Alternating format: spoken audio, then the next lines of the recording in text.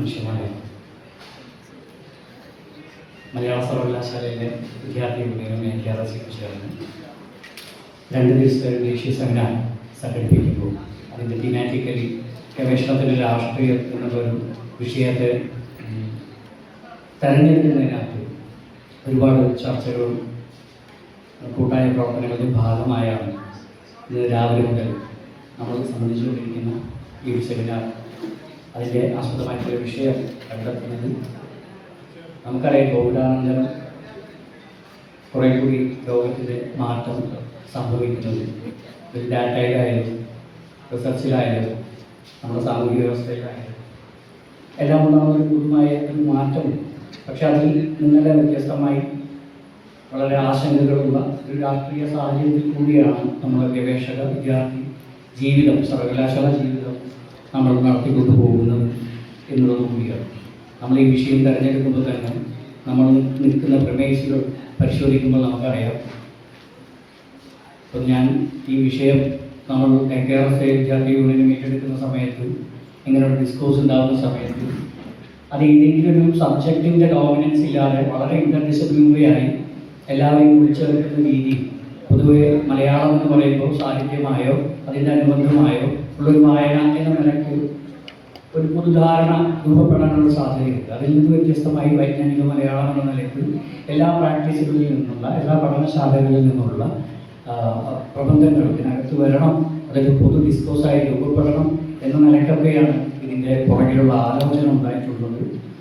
നമുക്കറിയാം, നമ്മൾ നിൽക്കുന്ന ഒരു ഇന്ത്യൻ സാഹചര്യം പരിശോധിക്കുമ്പോൾ നമ്മൾ ആദ്യം തന്നെ വിദ്യാഭ്യാസത്തിലേക്ക് പോകുമ്പോൾ, ഉന്നത വിദ്യാഭ്യാസത്തിലേക്ക് പോകുമ്പോൾ തന്നെ അതിന് മുന്നോടിയായി നമ്മൾ പരിശോധിക്കണം നമ്മുടെ GDPയുടെ എത്ര ഷെയറാണ് നമ്മൾ ടോട്ടൽ ഇൻവെസ്റ്റ് ചെയ്യുന്നത് ഒരു രാജ്യം എന്ന നിലയിൽ. വളരെ ഇതുമായി ബന്ധപ്പെട്ട് പല രാജ്യങ്ങളുടെയും GDP ഇൻവെസ്റ്റ്മെൻറ്റ് നമ്മൾ നോക്കുന്ന സമയത്ത് വളരെ ഇൻട്രസ്റ്റിംഗ് ആയിട്ട് തോന്നിയ പല കാര്യങ്ങളുണ്ട്. HDI ഇൻഡെക്സിനകത്ത് വളരെ ഇന്ത്യയേക്കാൾ പുറകെ നിൽക്കുന്ന പല രാജ്യങ്ങൾ പോലും വിദ്യാഭ്യാസ മേഖലയിൽ അവരുടെ GDPയുടെ ഷെയർ വളരെ നമുക്ക് ഇൻട്രസ്റ്റിംഗ് ആയിട്ട് തോന്നിയിട്ടുണ്ട്. അതിൽ തന്നെ ഘാന പോലെയുള്ള അല്ലെങ്കിൽ അങ്കോള പോലെയുള്ള രാജ്യങ്ങൾ ഇന്ത്യയുമായി കമ്പയർ ചെയ്യുമ്പോൾ വളരെ താരതമ്യേന ചെറുതെന്ന് തോന്നിപ്പിക്കുന്ന രാജ്യങ്ങൾക്കകത്ത് പോലും അവരുടെ GDP വിദ്യാഭ്യാസത്തിന് വേണ്ടി മാറ്റിവെക്കുന്നത് 3.5%. ഘാന മാറ്റിവെക്കുമ്പോൾ തത്തുല്യമായ അളവിൽ തന്നെ അങ്കോളയും അതിൻ്റെ വിദ്യാഭ്യാസത്തിൽ മൊത്തം GDPയിലെ പെർസെൻറ്റേജ് 3.5 ആയിട്ട് ക്രമീകരിച്ചിരിക്കുന്നത് കാണാം. അതേസമയം ക്യൂബ പോലെ ഒരു രാജ്യത്തിനകത്ത് അവർ വിദ്യാഭ്യാസത്തിന് വേണ്ടി അവരുടെ GDP ഇൻവെസ്റ്റ്മെൻറ്റ് എന്ന് പറയുന്നത് 9.39%. ഇവിടെയാണ് ഇന്ത്യ പോലെ ഒരു രാജ്യത്ത് നമ്മുടെ വിദ്യാഭ്യാസ മേഖലക്കകത്ത് GDPയുടെ 4.6% മാത്രമാണ് ഇതിനകത്ത് ഇൻവെസ്റ്റ് ചെയ്യുന്നത്. ഇന്ത്യ പരിസരം രാവിലെ മുതൽ നമ്മൾ പലതരത്തിലുള്ള ഡിസ്കോഴ്സിൻ്റെ ഭാഗമായിട്ടുണ്ട്. അതുപോലെ തന്നെ ഈ ഡിസ്കോഴ്സിൻ്റെ ഭാഗമായി തന്നെ ഉയർന്നു വന്ന പല ചർച്ചകളുണ്ട്. അതിൻ്റെ കൂടെ തുടർച്ചയാണ് ഇപ്പോഴത്തെ ഈ സെഷനും നമ്മൾ തുടങ്ങാൻ ഉദ്ദേശിക്കുന്നത്. അതിനകത്ത് ഇന്നലെ വളരെ പ്രസിദ്ധമായിട്ടുള്ളൊരു വിധി വരുന്നത് സുപ്രീം കോടതിയിലെ അതിൻ്റെ സ്റ്റാഫ് റിക്രൂട്ട്മെൻറ്റുമായി ബന്ധപ്പെട്ട് ആദ്യമായി റിസർവേഷൻ കൊണ്ടുവരുന്നത് കഴിഞ്ഞ ദിവസമാണ്. ആലോചിച്ച് നോക്കണം, നമ്മൾ നാളെ ഇത്രയും വരെ ആയി, നമ്മൾ ഭരണഘടന രൂപപ്പെട്ട് നമ്മൾ ഭരിക്കപ്പെട്ട് ഇത്രയും കാലത്തിന് ശേഷം ഇങ്ങനെയൊരു വിധിയിലേക്ക് എത്തിച്ചേരാൻ നമ്മൾ എടുക്കുന്ന സമയമല്ലായിരുന്നു എന്നുള്ളത് കൂടിയാണ് നമ്മൾ ഈ ഒരു പ്രിമൈസസിലാണ് നമ്മൾ ഇന്ന് അല്ലെങ്കിൽ ഈ ഇത്തരത്തിലുള്ള ഡിസ്കോഴ്സുകൾ നടത്തുന്നത് എന്നുള്ളതാണ്. ഇതിൽ പലരും ഈ മുഖാമുഖം എന്ന് പറഞ്ഞപ്പോൾ പലരും കൺഫ്യൂസിങ് ആയിട്ട് ചോദിച്ചിരുന്നത് ഇതൊരു അഭിമുഖമാണോ അതല്ലെങ്കിൽ ഒരു ഇൻ്ററാക്ഷൻ ആണോ എന്ന നിലയ്ക്കൊക്കെ ആ വാക്ക് ഈ ഒരു സെഗ്മെൻറ്റിൻ്റെ ഈ ഒരു സെഷൻ്റെ വാക്ക് കൺഫ്യൂസിങ് ആയിട്ട് തോന്നിച്ചു എന്നൊക്കെ പറയും. മുഖാമുഖം എന്ന് പറഞ്ഞു കഴിഞ്ഞാൽ ഇതിന് വേറെ മാനങ്ങളോ അർത്ഥങ്ങളോ ഇല്ല. നമുക്ക് അങ്ങോട്ടും ഇങ്ങോട്ടും നേരിട്ട് സംസാരിക്കാം, പങ്കുവെക്കാം, ആശയങ്ങളെ പരസ്പരം ഷെയർ ചെയ്യാം എന്ന അർത്ഥത്തിലാണ് മുഖാമുഖം എന്ന് പറയുന്ന ഈ സെഷൻ ഡിസൈനിൽ ഉൾപ്പെടുത്തിയിട്ടുള്ളത്. ഇതിനകത്ത് അക്കാദമിക രചനയുമായി ബന്ധപ്പെട്ടുള്ള ഒരു ഏരിയയാണ് നമ്മൾ സംസാരിക്കുന്നത്. അക്കാദമിക രചനയുമായി ബന്ധപ്പെട്ട് നിൽക്കുന്ന ഈ ഏരിയ കൈകാര്യം ചെയ്യുന്നത് എഴുത്തുകാരനും അതുപോലെ തന്നെ അധ്യാപകരുമായിട്ടുള്ള റഫീഖ് ഇബ്രാഹിം സാറാണ്. സാറിനെ ആദ്യമായി ഏറെ സ്നേഹത്തോടു കൂടി ഈ സെഗ്മെൻറ്റിലേക്ക് സ്വാഗതം ചെയ്യുന്നു. അതുപോലെ തന്നെ ഇവിടെ വന്നിട്ടുള്ള മുഴുവൻ കേരളത്തിലെ വിവിധ സർവകലാശാലയിൽ നിന്ന് വന്നിട്ടുള്ള പ്രിയ സുഹൃത്തുക്കൾ, മലയാള സർവകലാശാല അധ്യാപകർ, ജീവനക്കാർ, മലയാള സർവകലാശാലയിലെ ഗവേഷകർ, വിദ്യാർത്ഥികൾ, വിദ്യാർത്ഥി യൂണിയൻ ഭാരവാഹികൾ, ഏകേര സംഘങ്ങൾ, മുഴുവൻ ആളുകളെയും ആദ്യമായി ഈ സെഗ്മെൻറ്റിലേക്ക്, മുഖാമുഖം സെഗ്മെൻറ്റിലേക്ക് സ്വാഗതം ചെയ്യുന്നു. നമ്മൾ നേരത്തെ പറഞ്ഞു വെച്ച പോലെ നമ്മൾ നിൽക്കുന്ന ഈ പൊളിറ്റിക്കൽ സിനാരിയോ എന്ന് പറയുന്നത് ഒട്ടും സുഖകരമായ ഒരു അന്തരീക്ഷമല്ല. നമ്മുടെ ഭരണഘടന ഉൾപ്പെടെ അതിൻ്റെ ഭരണഘടനയിലെ പ്രിയാമ്പിളിൽ നിന്ന് സെക്യുലറിസവും അതുപോലെ തന്നെ സോഷ്യലിസത്തിൻ്റെ ടെർമിനോളജികളെ എലിമിനേറ്റ് ചെയ്യാനുള്ള ശ്രമങ്ങൾ നടക്കുന്ന ഒരു കാലഘട്ടത്തിൽ കൂടിയാണ് നമ്മുടെ ഗവേഷണ കാലം കടന്നു പോകുന്നത്. അതുമാത്രമല്ല, കേരളത്തിലെ ഉന്നത വിദ്യാഭ്യാസ രംഗത്ത് നമുക്കെല്ലാം പരിചയമുണ്ട്. നമ്മുടെ രാജ്ഭവൻ പോലെയുള്ള ഭരണ സംവിധാനങ്ങളെ പ്രത്യേക വർക്ക്ഷോപ്പിൻ്റെ പ്രത്യേക പ്രാക്ടീസുകളൊക്കെ ഉൾപ്പെടുത്തിക്കൊണ്ട് ഉന്നത വിദ്യാഭ്യാസ മേഖലയിൽ പുതിയ തരത്തിലുള്ള ഒരു തരം കടന്നുവരവ്, ഒരു തരത്തിലുള്ള അധിനിവേശം നമ്മൾ നേരിട്ട് അനുഭവിച്ചുകൊണ്ടിരിക്കുകയാണ്. അത്തരത്തിലുള്ള ഒരു കൾച്ചറൽ ഡോമിനൻസിൻ്റെ ഒരു കാലത്താണ് നമ്മൾ ഇത്തരത്തിലുള്ള ഡിസ്കോഴ്സ് മുന്നോട്ട് വെക്കുന്നത്. അതുമാത്രമല്ല, നമ്മൾ വിദ്യാഭ്യാസ രംഗത്ത് സെൻട്രൽ ഗവൺമെൻറ് കഴിഞ്ഞ ദിവസം നോക്കാപ്പ് പോലെയുള്ള ഒരു മീഡിയ പുറത്തുവിട്ടൊരു കണക്കുണ്ട്. കഴിഞ്ഞ 11 വർഷമായി കേന്ദ്ര സർക്കാർ ചെലവഴിച്ച ഭാഷാ പ്രചാരക ഫണ്ടിൽ അവർ ചെലവഴിച്ച ഒരു കണക്ക് അവർ പുറത്തുവിട്ടിട്ടുണ്ടായിരുന്നു. നിങ്ങളിൽ പലരും അത് ശ്രദ്ധിച്ച് കാണും എന്നാണ് ഞാൻ വിചാരിക്കുന്നത്. അതിനകത്ത് മൊത്തം ഒരു ഭാഷ സംസാരിക്കുന്ന ഏറ്റവും കൂടുതൽ ആളുകൾ ഒരു ഭാഷ കൈകാര്യം ചെയ്യുന്നുണ്ടെങ്കിൽ അവർക്ക് എത്ര ഷെയർ ഫണ്ടാണ് ലഭിച്ചത് എന്നുള്ളത് ഭാഷാ പ്രചാരക ഫണ്ടിൻ്റെ ഒരു ഷെയർ കൊടുത്ത ഒരു കണക്കിൻ്റെ ഒരു ടേബിളായിരുന്നത് അവരിപ്പോൾ പുറത്തു വിട്ടിട്ടുണ്ടായിരുന്നത്. അതിൽ ഏകദേശം 2.88% ഇന്ത്യയിൽ മലയാളികൾ, ജനസംഖ്യ വരുന്ന മലയാളികൾക്ക് 4.52 കോടി രൂപയാണ് കേന്ദ്ര സർക്കാർ ചെലവഴിച്ചിട്ടുള്ളത്. അതേപോലെ 5.7% തമിഴ് സംസാരിക്കുന്ന മനുഷ്യർക്ക് അവരുടെ ഭാഷ പ്രചാരണത്തിന് വേണ്ടി ചെലവഴിച്ച തുക എന്ന് പറയുന്നത് 5.7 കോടി രൂപയാണ്. അതേ ശതമാനം തെലുങ്ക് സംസാരിക്കുന്ന മനുഷ്യർക്ക് ആ സംസ്ഥാനത്തിനാകെ ചെലവഴിച്ചത് 6.7% വരുന്ന മനുഷ്യർക്ക് ചെലവഴിച്ചത് 12.65 കോടി രൂപയാണ്.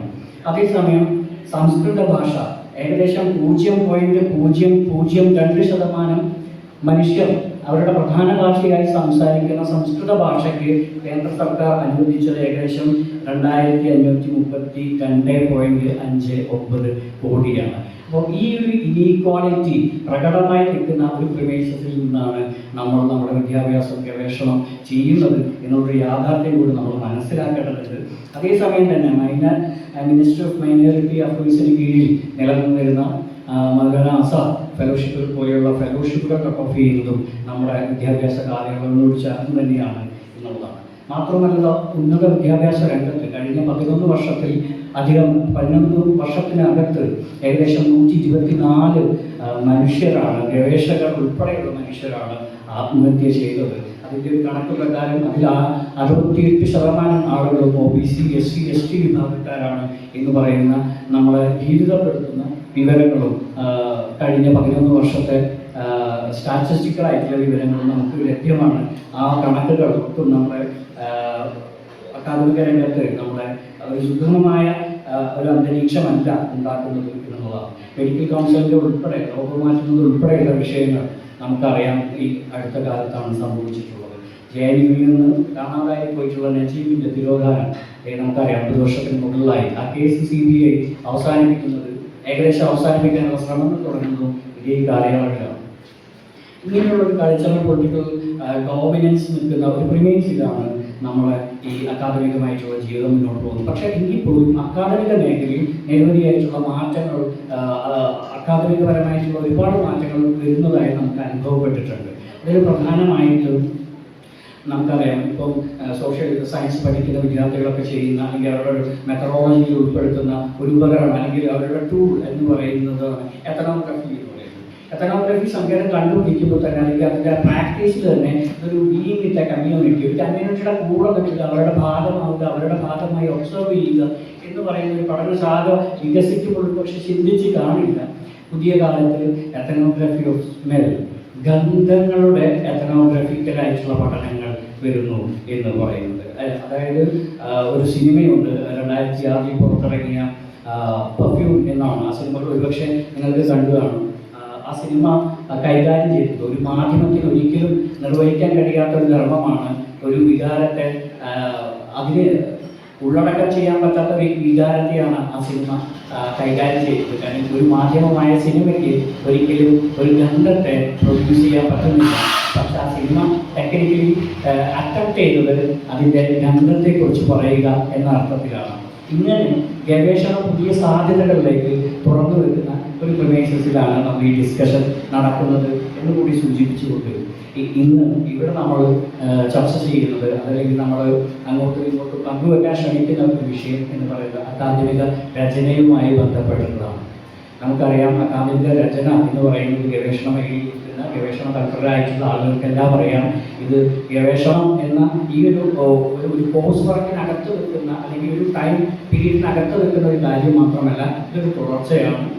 അതുകൊണ്ട് നിരന്തരം ഗവേഷണ മേഖലയിൽ വളരെ എൻതൂസിയാസ്റ്റിക് ആയിട്ട് വർക്ക് ചെയ്യുന്ന മനുഷ്യർ, അക്കാദമിക രചനയെ വളരെ ഗൗരവമായി കാണുന്ന മനുഷ്യരെന്ന നിലയ്ക്ക്, സർവകലാശാല സമൂഹത്തിൻ്റെ ഭാഗമെന്ന നിലയ്ക്ക് ഈ സെഷനിനകത്ത് തീർച്ചയായിട്ടും നമ്മുടെ എൻഗേജ്മെൻറ്റ് ഉണ്ടാവണം, ചോദ്യങ്ങൾ ഉണ്ടാവും, തീർച്ചയായിട്ടും സംശയങ്ങൾ ഉണ്ടാകും. അതെല്ലാം പരസ്പരം പങ്കുവെക്കാം എന്നെല്ലാം വിചാരിക്കുന്നു. അതിന് പറ്റിയ ഒരു റിസോഴ്സ് പേഴ്സണാണ് നമുക്ക് കൂടെയുള്ളത്.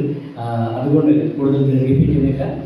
ഈ അക്കാദമിക പ്രബന്ധ രചനയും രീതിയും സാങ്കേതികതയും എന്ന് പറയുന്ന ഈ സെഷൻ്റെ നമ്മുടെ ഇന്നത്തെ അവസാനത്തെ അക്കാദമിക് സെഷനിലേക്ക് മുഴുവൻ ആളുകളെയും ഒരിക്കൽ കൂടി സ്വാഗതം ചെയ്യുന്നു.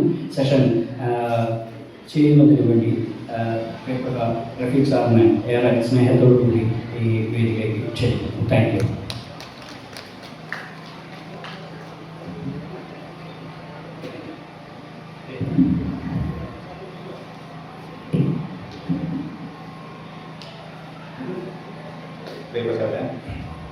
അനീഷ് വളരെ വിശദമായി ഒരു രാഷ്ട്രീയ സാഹചര്യം പ്രതിപാദിക്കുകയുണ്ടായി.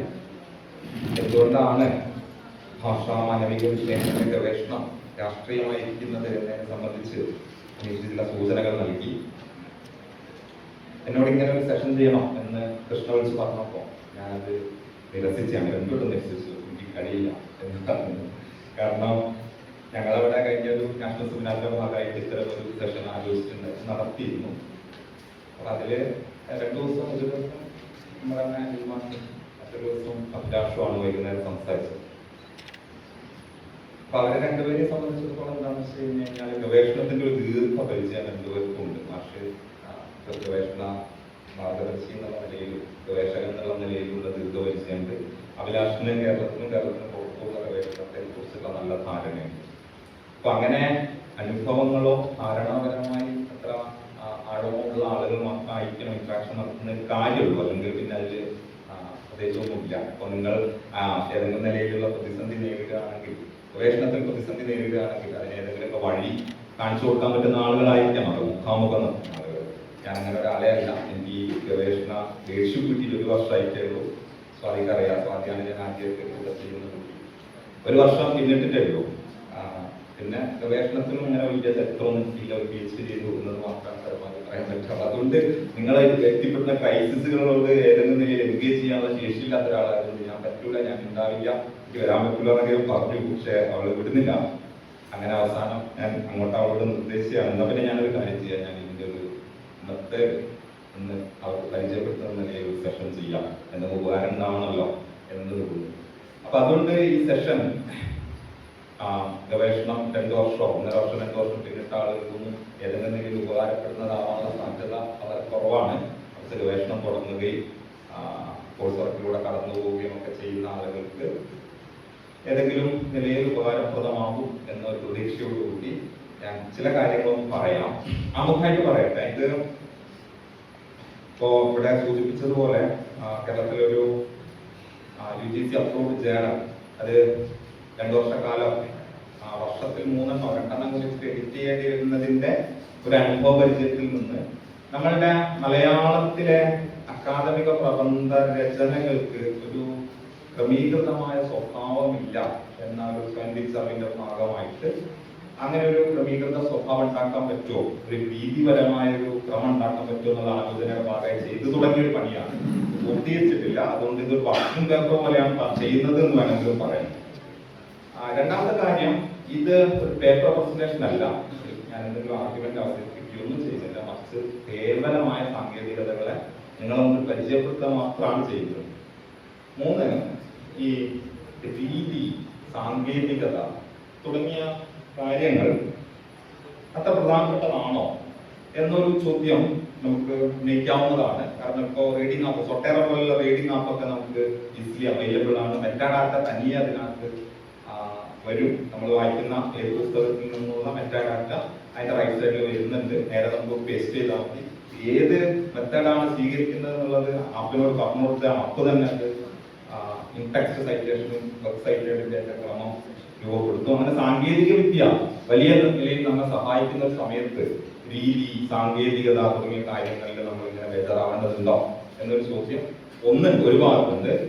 മറുഭാഗത്ത് പലപ്പോഴും നമ്മൾ പറയാറുള്ള ഒരു കാര്യം എന്താ വെച്ച് കഴിഞ്ഞാൽ രീതിയിലും സാങ്കേതികതയിലും വലിയ കാര്യമില്ല. പക്ഷെ പ്രബന്ധത്തിന്റെ കണ്ടന്റിലാണ് കാര്യം. കണ്ടന്റും റിച്ച് ആയിരിക്കുക. കണ്ടന്റ് നിങ്ങൾ അവതരിപ്പിക്കുന്ന ആർഗ്യുമെന്റിന്റെ മൗലികതയാണ് പ്രധാനം.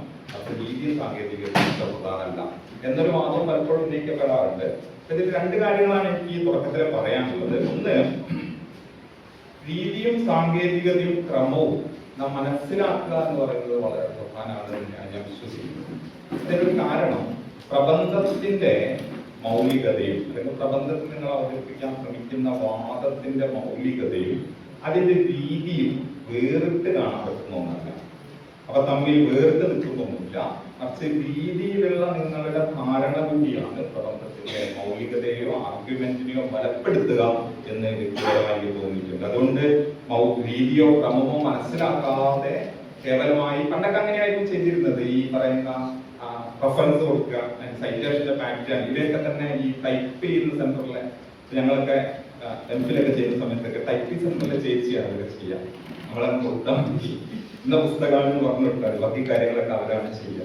അപ്പൊ അവർക്കൊരു നന്ദി നമ്മൾ ആപത്തിൽ ടൈപ്പ് ചെയ്തെന്ന ഗീല ചേച്ചി കാലടിയിൽ ഞങ്ങൾ എംഫിൽ ചെയ്യുന്ന സമയത്തൊക്കെ ഞാനൊക്കെ അങ്ങനെ ചെയ്തിട്ടുണ്ട് കേട്ടോ. കുറെയൊക്കെ ഇന്ന പുസ്തകമാണ് നമ്മൾ പറഞ്ഞു കൊടുത്താൽ ഇത്ര പേജാണ് ഇന്ന പുസ്തകം, ബാക്കി അവർ ചെയ്തോളൂ. അപ്പോ അത് പഠിക്കേണ്ട കാര്യമൊന്നുമില്ല. മറിച്ച് സാങ്കേതികത അത്ര പ്രധാനപ്പെട്ടൊന്നുമല്ല എന്നുള്ളൊരു വാദം നിലനിൽക്കുന്നതല്ല എന്നാണ് വ്യക്തിപരമായി എനിക്ക് തോന്നിയ ഒരു കാര്യം. മറിച്ച് സാങ്കേതികതയും രീതിയും കൂടിയാണ് നിങ്ങളുടെ പ്രബന്ധത്തെ വളരെ മൗലികമാക്കുന്നത് എന്ന് വേണമെങ്കിൽ പറയാം. ഇത് PhD തീസിസുകളെ മുൻനിർത്തിയിട്ടല്ല ഞാൻ ഈ സാങ്കേതിക ശൈലി നിർദ്ദേശിക്കുക എന്നൊരു പേര് തയ്യാറാക്കാൻ ശ്രമിച്ചിട്ടുള്ളത്. മറിച്ച് റിസർച്ച് ആർട്ടിക്കിളുകളിലേക്കുള്ള ജേണലുകളിലേക്കുള്ള റിസർച്ച് ആർട്ടിക്കിളുകൾ തയ്യാർ ചെയ്യുന്നതിന്റെ ഭാഗമായിട്ടാണ്. പക്ഷേ PhD തീസിസിലേക്കും നമുക്ക് ഇതേ ക്രമം തന്നെയാണ് പാലിക്കാൻ പറ്റുക എന്ന് തുടക്കത്തിൽ നിന്ന് പറയട്ടെ. അപ്പോ പറഞ്ഞതുപോലെ രീതിയും രീതിശാസ്ത്രവും തീർത്തും വ്യത്യസ്തമാണ്. രീതിശാസ്ത്രത്തെ കുറിച്ചേ അല്ല ഞാനിവിടെ സംസാരിക്കുന്നത്. അങ്ങനെയും ഒരു ധാരണ പലപ്പോഴും നമ്മളുടെ ഇടയിലുണ്ട്. രീതി പഠിക്കലാണ് രീതിശാസ്ത്രം. മെത്തഡോളജി പേപ്പർ എന്ന പേരിൽ നമ്മൾ പലപ്പോഴും പഠിക്കുക, ഈ സ്റ്റൈൽ ഷീറ്റുകളെ പരിചയിക്കുക, എങ്ങനെയാണ് സൈറ്റ് ചെയ്യുക എന്ന് തുടങ്ങിയ കാര്യങ്ങളാണ്. അതല്ല രീതിശാസ്ത്രം. രീതിശാസ്ത്രത്തെ മനോഹരമായിട്ട് വിശേഷിപ്പിച്ചിട്ടുള്ള ഒരാള് നിങ്ങളുടെ തന്നെ അധ്യാപകനായ KV ശശിമാഷാണ്. പക്ഷേ അതിൽ കൊടുത്തിട്ടുള്ള ഒരു വിശേഷണം ഉടൽപൂണ്ട സൈദ്ധാന്തികതയാണ്, ഉടൽപൂണ്ട സിദ്ധാന്തമാണ് രീതിശാസ്ത്രം എന്നൊരു വിശേഷണം അദ്ദേഹം നൽകുന്നുണ്ട്. രീതിശാസ്ത്രം അതാണ്. രീതിശാസ്ത്രങ്ങളുടെ പ്രബന്ധത്തിൽ ഇഴുകിച്ചേർന്ന് കിടക്കുന്ന സൈദ്ധാന്തികമായ തെളിച്ചങ്ങളോ അല്ലെങ്കിൽ നിങ്ങൾ പ്രശ്നത്തെ വിശകലനം ചെയ്യാൻ വേണ്ടിയിട്ട് പ്രബന്ധത്തിനകമേ ഉപയുക്തമാക്കിയിട്ടുള്ള സിദ്ധാന്തത്തിന്റെ ആഴങ്ങളോ ഒക്കെയാണ് രീതിശാസ്ത്രം എന്ന് പറയാൻ പറ്റും. രീതിയല്ല. രീതി വേറൊരു കാര്യമാണ്. അത് കേവലം സാങ്കേതികമായ ഒരു കാര്യമാണ്. പക്ഷെ അത് വെറും സാങ്കേതികതയല്ല, പ്രബന്ധത്തെ ബലപ്പെടുത്തുന്നതും അതിൽ നിന്നും കൂടിയാണ് വാസ്തവത്തിന് ആർഗ്യുമെന്റ് ഉയർന്നു വരുന്നതെന്ന് പറയട്ടെ. അപ്പൊ ഞാനിത് PPT ആയിട്ട് ചെയ്യാന്നൊക്കെ കരുതിയിട്ടും ഞാൻ കുറെ PPT ഉണ്ടാക്കാൻ നോക്കി. പക്ഷെ ഒരു പ്രശ്നം എന്താ വെച്ച് കഴിഞ്ഞാൽ അലൈൻമെന്റിന്റെ സ്വഭാവം കാണിക്കാനുള്ളത് PPT പറ്റില്ല. അതുകൊണ്ട് നേരെ വേർഡിൽ നിന്ന് തന്നെ പ്രസന്റ് ചെയ്തുകൊണ്ട് കാര്യങ്ങൾ അങ്ങനെ പറഞ്ഞു പോകാം എന്നാണ് വിചാരിക്കുന്നത്. മറ്റൊരു കാര്യം, പ്രധാനപ്പെട്ട ഒരു കാര്യം, ഒരു പക്ഷേ മലയാള സർവകലാശാലയിൽ നിന്ന് സംസാരിക്കുന്നു മാഷകവിടെ ഉള്ളതുകൊണ്ടുകൂടി ഞാൻ നേരത്തെ പറഞ്ഞതുപോലെ മലയാളത്തിലെ ഗവേഷണ പ്രബന്ധങ്ങൾക്കോ ഗവേഷണാത്മകമായ ഇതര രചനകൾക്കോ ഒരു ക്രമീകൃത സ്വഭാവം ഇപ്പോഴും കൈവന്നിട്ടില്ല. റോബിൻ മാഷൊക്കെ ധാരാളം അതിൽ എഴുതിയിട്ടുണ്ട്. പക്ഷേ നമ്മുടെ സർവകലാശാലകളിൽ എല്ലാവരും ചേർന്ന് നിൽക്കുന്ന, എല്ലാവരും ഒരുപോലെ അംഗീകരിക്കുന്ന നിലയിലുള്ള ഒരു വ്യവസ്ഥാപിതത്വം നിലവിലില്ല എന്നതൊരു യാഥാർത്ഥ്യമാണ്. അതുകൊണ്ട് ഇപ്പൊ ഇംഗ്ലീഷിൽ നമുക്ക് പ്രബന്ധരചന നടത്തുമ്പോൾ നേരെ MLA state sheet, MLA 9th edition ഇപ്പം വന്നു കഴിഞ്ഞിട്ടുണ്ട്. 2021 മുതൽ MLA 9ാം എഡിഷനാണ് നമ്മൾ ഉപജീവിക്കുന്നത്. ഇംഗ്ലീഷിൽ പ്രബന്ധം എഴുതുമ്പോൾ MLA 9th എഡിഷൻ നമുക്ക് നേരിട്ട് ഉപയോഗിക്കാൻ സാധ്യമാണ്. മലയാളത്തിൽ MLA ചില വ്യത്യാസങ്ങൾ വരുത്തി മാത്രമേ നമുക്ക് സ്വീകരിക്കാൻ പറ്റൂ. അങ്ങനെ ഒരു പ്രശ്നം കൂടി നിലനിൽക്കുന്നുണ്ട്. ഉദാഹരണത്തിന് ഇംഗ്ലീഷില് ഇപ്പോ സൈറ്റ് ചെയ്യുമ്പോൾ, പ്രബന്ധത്തിനകമേ സൈറ്റ് ചെയ്യുമ്പോൾ നമുക്ക് വർഷം സൂചിപ്പിക്കേണ്ടതില്ല, കുറച്ച് പേജ് നമ്പർ മാത്രം സൂചിപ്പിച്ചാൽ മതി.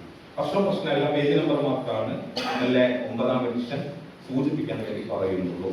അതിന്റെ കാരണം എന്താണെന്ന് വെച്ച് കഴിഞ്ഞാൽ ഇംഗ്ലീഷ്, പ്രത്യേകിച്ച് യൂറോപ്യൻ പബ്ലിഷിംഗ് വേൾഡില് പബ്ലിക്കേഷനുമായി ബന്ധപ്പെട്ട ഒരു ക്രമീകൃത സ്വഭാവം, ഒരു കൾച്ചറും ഒക്കെ ഉണ്ട്. പബ്ലിക്കേഷൻ ഒരു കൾച്ചർ ഉണ്ട് എന്ന് വേണമെങ്കിൽ പറയാം. അതിനൊരു രീതിയുണ്ട്. ഉദാഹരണത്തിന് ഒരു പുസ്തകം പുറത്തു വന്നു കഴിഞ്ഞു കഴിഞ്ഞാൽ അതിന്റെ ഏത് എഡിഷനിലും എന്താ പറയാ, ഒരാശയം ഏത് പേജ് നമ്പറിലാണോ അതേ പേജ് നമ്പറിലേക്ക് പിന്നീട് എഡിഷനുകളിൽ വരിക. ഉദാഹരണത്തിന് ഫ്രെഡറിക് ജെയിംസിന്റെ പൊളിറ്റിക്കൽ അൺകോൺഷ്യസ് എന്ന് പറയുന്ന പുസ്തകത്തിന്റെ ഏത് എഡിഷൻ നിങ്ങൾ എടുത്തു നോക്കിയാലും ശരി, അതിൽ നിങ്ങൾ ഏത് എഡിഷനിൽ നിന്നാണ് സൈറ്റ് ചെയ്യുന്നത് അതേ പേജ് നമ്പർ ആയിരിക്കും ഇതര എഡിഷനുകളിൽ ഉണ്ടാവും. അതായത് പിന്നീട് പുതിയ എഡിഷൻ വരുമ്പോൾ ആ എഡിഷൻ എന്തെങ്കിലും പഠനങ്ങൾ ചേർത്തിട്ടുണ്ടെങ്കിൽ അവരതിന് മുമ്പിലേതെങ്കിലും പഠനങ്ങൾ ചേർക്കുകയാണെങ്കിൽ അവരതിന് റോമൻ ലെറ്റർ ആണ് പേജ് നമ്പർ ആയിട്ട് കൊടുക്കുക. അത് വേറെ ഭാഗമായിട്ട് നിൽക്കും. പുതുതായി ചേർക്കുന്ന പഠനങ്ങളെല്ലാം തന്നെ റോമൻ ലെറ്ററിൽ വേറെ ഭാഗമായിട്ട് നിൽക്കുകയാണ് ചെയ്യുക. പക്ഷെ മലയാളത്തിന്റെ ഒരു സ്വഭാവം എന്താണെന്ന് വെച്ച് കഴിഞ്ഞാൽ ഇതിനൊരു രീതിയും ക്രമമൊന്നും ഇല്ലാത്തതുകൊണ്ട് പുതിയൊരു എഡിഷൻ ഇറങ്ങുമ്പോൾ പുതിയൊരു പഠനം ചേർക്കുകയാണെങ്കിൽ അത് നമ്മൾ ഡിജിറ്റൽ കൊടുക്കും, 1, 2, 3 കൊടുക്കും. അതോടുകൂടി പേജ് മൊത്തം തെറ്റും. അപ്പൊ അതുകൊണ്ട് പഴയ എഡിഷനിൽ ഒരു പക്ഷെ നമ്മൾ നോക്കിയാൽ ആവണമെന്നില്ല പുതിയ എഡിഷനിൽ എന്നൊരു പ്രശ്നമൊക്കെ. അതുകൊണ്ട് നമുക്ക് വർഷം കൊടുത്തേ പറ്റുള്ളൂ മലയാളത്തിൽ ചെയ്യുമ്പോൾ. അതുകൊണ്ട് MLA അതേപടി നമുക്ക് ഉപജീവിക്കാൻ പറ്റില്ല.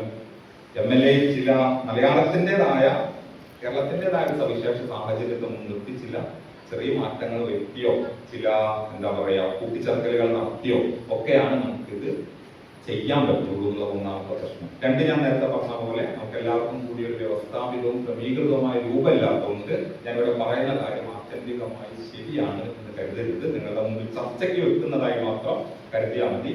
മറിച്ച് മലയാള സർവകലാശാല അടക്കമുള്ള കേരളത്തിലെ മലയാള ഗവേഷണം നടത്തുന്ന സർവകലാശാലകളെല്ലാം കൂടി ചേർന്നുകൊണ്ട് ഒരു ക്രമീകൃതമായ വ്യവസ്ഥാപിത രൂപം രീതിക്കും സങ്കേതത്തിനും ക്രമത്തിനും ഉണ്ടാക്കാനുള്ള ഒരു ആമുഖമായി മാത്രം ഇത് കരുതിയാലും. അല്ലാതെ ഓരോ സർവകലാശാലയും ഓരോ രീതി, കേരള യൂണിവേഴ്സിറ്റി എടുക്കുന്ന പ്രബന്ധത്തിന്റെ സൈറ്റേഷൻ ഒരു ക്രമം, കാലടി യൂണിവേഴ്സിറ്റിന് വേറെ ക്രമം, കാലിക്കറ്റിന് വേറെ ക്രമം, കണ്ണൂരിന് വേറെ ക്രമം, ഇങ്ങനെ ഒരു പൊതു രീതിയില്ലായ്മ നമ്മുടെ ഇടയിലുണ്ട്. അത് പരിഹരിക്കേണ്ടതിന്റെ ആമുഖമായി മാത്രം ഇതിനെ കണ്ടാൽ മതി എന്ന് തോന്നുന്നു. ഞാൻ പറഞ്ഞതുപോലെ പ്രധാനമായിട്ടും MLA സാങ്കേതിക ശൈലി പുസ്തകം 8, 9 എഡിഷനുകളാണ് ഇതിനു വേണ്ടി പ്രാഥമികമായി ഉപയോഗിച്ചിട്ടുള്ളത്. നിങ്ങൾക്ക് അറിയാമായിരിക്കും സ്റ്റേറ്റ് ഷീറ്റുകളെ കുറിച്ച്. 2 സ്റ്റേറ്റ് ഷീറ്റുകളാണ് പ്രധാനമായിട്ട് നമ്മൾ സ്വീകരിക്കാറുള്ളത്. ഒന്നുകിൽ മോഡേൺ ലാംഗ്വേജ് അസോസിയേഷന്റെയോ അല്ലെങ്കിൽ അമേരിക്കൻ സൈക്കോളജിക്കൽ അസോസിയേഷന്റെ ഒന്നാണ് സ്വീകരിക്കാറുള്ളത്. ഇപ്പൊ കൂടുതലും MLA ആണ് നമ്മൾ പിൻപറ്റാറുള്ളത്. കാരണം കുറെ കൂടി എന്താ പറയാ സങ്കീർണതകൾ കുറവാണ് MLA സ്റ്റേറ്റ് ഷീറ്റിൽ എന്നുള്ളത് കൊണ്ടും ഭാഷ സാഹിത്യ പഠനങ്ങളിൽ കുറെ കൂടി സാധ്യത തരുന്നത് MLA സ്റ്റേറ്റ് ഷീറ്റ് ആണ് എന്നതുകൊണ്ട് MLA ആണ് നമ്മളിപ്പോ പ്രധാനമായിട്ട് പിൻപറ്റുന്നത്. അതുകൊണ്ട് MLA ആണ് ഇവിടെ പ്രധാനമായിട്ട് നോക്കുകയും ചെയ്തിട്ടുള്ളത് എന്ന് പറയാം. അപ്പോ ഇത് കടക്കുന്നതിന് മുമ്പ് പ്രാഥമികമായി 1-2 കാര്യങ്ങൾ പറയട്ടെ. നമ്മളെ ഞാൻ നേരത്തെ പറഞ്ഞ പോലെ പലപ്പോഴും ഈ റിസർച്ച് ജേർണലിന് വേണ്ടിയിട്ട് ആർട്ടിക്കിളുകൾ എഡിറ്റ് ചെയ്യാൻ വേണ്ടി ശ്രമിക്കുമ്പോൾ കാണുന്ന ഒരു വലിയ പ്രശ്നം എന്താണെന്ന് വെച്ച് കഴിഞ്ഞാൽ പ്രബന്ധ ശരീരവുമായി യാതൊരു ബന്ധവുമില്ലാത്ത കുറെ പുസ്തകങ്ങൾ ഗ്രന്ഥസൂചിയിൽ ഇങ്ങനെ ചേർത്ത് വെച്ചിട്ടുണ്ടാവും. ഗ്രന്ഥസൂചിയിൽ ഒരുപാട് പുസ്തകങ്ങളുടെ ലിസ്റ്റ് കാണാൻ പറ്റും. പക്ഷെ പ്രബന്ധ ശരീരവുമായി അതിന് യാതൊരു ബന്ധം ഉണ്ടാവില്ല എന്ന് പറയുന്ന ഒരു വളരെ പ്രധാനപ്പെട്ട പ്രശ്നം നമ്മുടെ പല റിസർച്ച് ആർട്ടിക്കിളുകൾക്കും ഞാൻ നേരിട്ട് തന്നെ കണ്ടിട്ടുണ്ട് എഡിറ്റ് ചെയ്യുന്നു. അതുകൊണ്ട് നമ്മൾ ആദ്യമായിട്ട് അതിനകത്ത് സ്വീകരിക്കുന്ന ഏറ്റവും പ്രധാനപ്പെട്ട ഒരു പൊസിഷൻ എന്ന് പറയുന്നത് പാഠത്തിനുള്ളിൽ സൂചന നൽകിയ കൃതികൾ മാത്രം ഗ്രന്ഥസൂചിയായിട്ടോ അല്ലെങ്കിൽ അപലംബിത സൂചികയായിട്ടോ നൽകുക എന്നത് വളരെ പ്രധാനപ്പെട്ട ഒരു അക്കാഡമിക് പൊസിഷനായി നമ്മൾ സ്വീകരിക്കേണ്ടതുണ്ട് തോന്നുന്നു. അല്ലാത്ത പക്ഷം ബിബ്ലിയോഗ്രഫി വളരെ ഡീറ്റെയിൽ ആയിട്ട് എഴുതിയിട്ടുണ്ടാവും. പക്ഷേ പ്രബന്ധവുമായിട്ട് അതിന് നേരിട്ട് ബന്ധമില്ലാതിരിക്കാൻ ഒരു സാധ്യത നിലനിൽക്കുന്നുണ്ട്. അത് ശരിക്കും ഈ കോഴ്സ് വർക്കിന്റെ ഒക്കെ ഭാഗമായിട്ട് നമ്മൾ ചെയ്യുന്ന വിഷയത്തിലുള്ള ഒരു ഡീറ്റെയിൽഡ് ബിബ്ലിയോഗ്രഫി തയ്യാറാക്കുമല്ലോ. അത് അങ്ങനെ തന്നെ എടുത്തിട്ട് പേസ്റ്റ് ചെയ്യുന്നത് കൊണ്ട് പലപ്പോഴും സംഭവിക്കുന്ന പ്രശ്നമാണ് എന്ന് തോന്നുന്നുണ്ട്. അപ്പൊ അതുകൊണ്ട് എനിക്ക് തോന്നിയൊരു പ്രശ്നം അല്ലെങ്കിൽ അങ്ങനെ ഒരു വൈരുദ്ധ്യം നമ്മുടെ പ്രബന്ധത്തിനകത്ത് വന്നു ചേരാതിരിക്കാനുള്ള ഒരു കരുതൽ നമ്മൾ സ്വീകരിക്കേണ്ടതുണ്ട് എന്ന് തോന്നുന്നു. സൂചന നൽകിയവയെ മാത്രം ടെക്സ്റ്റിനകത്ത് ഇൻടെക്സ്റ്റിൽ സൈറ്റ് ചെയ്ത കൃതികൾ മാത്രം വർക്ക് സൈറ്റുകളായിട്ട് കാണിക്കാം. അങ്ങനെ പൂർണ്ണമായിട്ട് ചിലപ്പോൾ നടക്കണം എന്നില്ല. ചിലപ്പോഴെങ്കിലും നമുക്ക് ആശയങ്ങളുടെ ഒരു ലോകം തുറന്നു പുസ്തകങ്ങൾ ക്രെഡിറ്റ് ആയിട്ട് കൊടുക്കേണ്ടി വന്നേക്കാം. അങ്ങനെ ചെയ്യുമ്പോൾ വളരെ ശ്രദ്ധാപൂർവം ചെയ്യാനുള്ള ഒരു കരുതൽ നമ്മൾ ചെയ്യേണ്ടതുണ്ട് എന്ന് തോന്നുന്നു. ബാക്കിയൊക്കെ സാമാന്യമായ കാര്യങ്ങളാണ്, ഞാൻ അതിന് വിശദീകരിക്കുന്നില്ല. മറ്റൊരു പ്രധാന പ്രശ്നം എനിക്ക് തോന്നിയത് സങ്കല്പനങ്ങളോ സംജ്ഞകളോ സമ്പ്രത്യയങ്ങളോ ഒക്കെ സ്വീകരിക്കുമ്പോൾ ബ്രാക്കറ്റിൽ ഇംഗ്ലീഷ് നൽകുക. ഇതൊക്കെ വളരെ സാമാന്യമായ കാര്യങ്ങൾ മാത്രമാണ്, നിങ്ങൾക്ക് എല്ലാവർക്കും അറിയാവുന്നതുമാണ്. എങ്കിലും ഞാനൊന്ന് ഓർപ്പിക്കാൻ ഒരു ക്രമം ഉണ്ടാക്കാനുള്ള ശ്രമവും ഇതിന്റെ ഭാഗമായിട്ട് മാത്രമാണ് ചെയ്യുന്നത്. ഏത് സങ്കല്പനവും മലയാളത്തിലേക്ക് മാറ്റാൻ ശ്രമിക്കുമ്പോൾ അത് ആദ്യമായി പ്രബന്ധ ശരീരത്തിൽ എപ്പോഴാണ് ആദ്യമായിട്ട് ഉപയോഗിക്കുന്നത് അവിടെ അതിന്റെ ഇംഗ്ലീഷ് പദം ബ്രാക്കറ്റിനുള്ളിൽ കൊടുക്കാൻ വേണ്ടിയിട്ട് ശ്രമിക്കാം. കൊടുക്കാനുള്ള ഒരു കരുതൽ, ഒരു ഉറപ്പ് നമ്മൾ ഉറപ്പുവരുത്തേണ്ടതുണ്ട് തോന്നുന്നു. മറ്റൊന്ന്, ഈ തുടരെയും ക്രമരഹിതമായി ഇങ്ങനെ കൊടുക്കുക, എവിടെയെങ്കിലൊക്കെ കൊടുക്കുക. ഒരു വാക്ക് ഉപയോഗിക്കും, വ്യവഹാരം എന്നൊരു വാക്ക് ഉപയോഗിച്ചപ്പോൾ ബ്രാക്കറ്റിൽ ഡിസ്പോസ് എന്നത് എവിടെയെങ്കിലും കൊടുക്കുക, തുടരെ കൊടുക്കുക തുടങ്ങിയ പരിപാടികൾ അവസാനിപ്പിക്കുകയും ആദ്യമായിട്ട് പ്രബന്ധ ശരീരത്തിൽ എപ്പോഴാണ്, ടൈറ്റിലല്ല പ്രബന്ധ ശരീരത്തിൽ എപ്പോഴാണോ ആദ്യമായിട്ട് ആ പ്രയോഗം വരുന്നത് അപ്പോൾ ആ ബ്രാക്കറ്റിൽ അത് കൊടുക്കാൻ വേണ്ടി ശ്രമിക്കുകയും ചെയ്യുക. പിന്നെ മലയാളത്തിൽ എഴുതുന്നവർ നേരിട്ട് ആ പ്രബന്ധ ശരീരത്തിൽ ഇംഗ്ലീഷ് പ്രയോഗിക്കാതിരിക്കാനുള്ള ഒരു ശ്രദ്ധ നമ്മൾ ചെയ്യേണ്ടതുണ്ട് തോന്നുന്നു. ഇംഗ്ലീഷ് പ്രയോഗിക്കേണ്ടി വരുന്ന സന്ദർഭങ്ങളിൽ ഒന്നുകിൽ മലയാളീകരിക്കാൻ വേണ്ടി ശ്രമിക്കുക, മലയാളീകരിച്ച് ബ്രാക്കറ്റിൽ അത് കൊടുക്കുക, അല്ലെങ്കിൽ ലിപ്യന്തരണം നടത്തി മലയാളത്തിൽ എഴുതാൻ വേണ്ടി ശ്രമിക്കുക. അങ്ങനെ കൂടിയാണ് നമുക്ക് ഭാഷയെ കുറച്ചുകൂടി റിച്ചാക്കാൻ കഴിയുള്ളൂ എന്നാണ് തോന്നുന്നത്.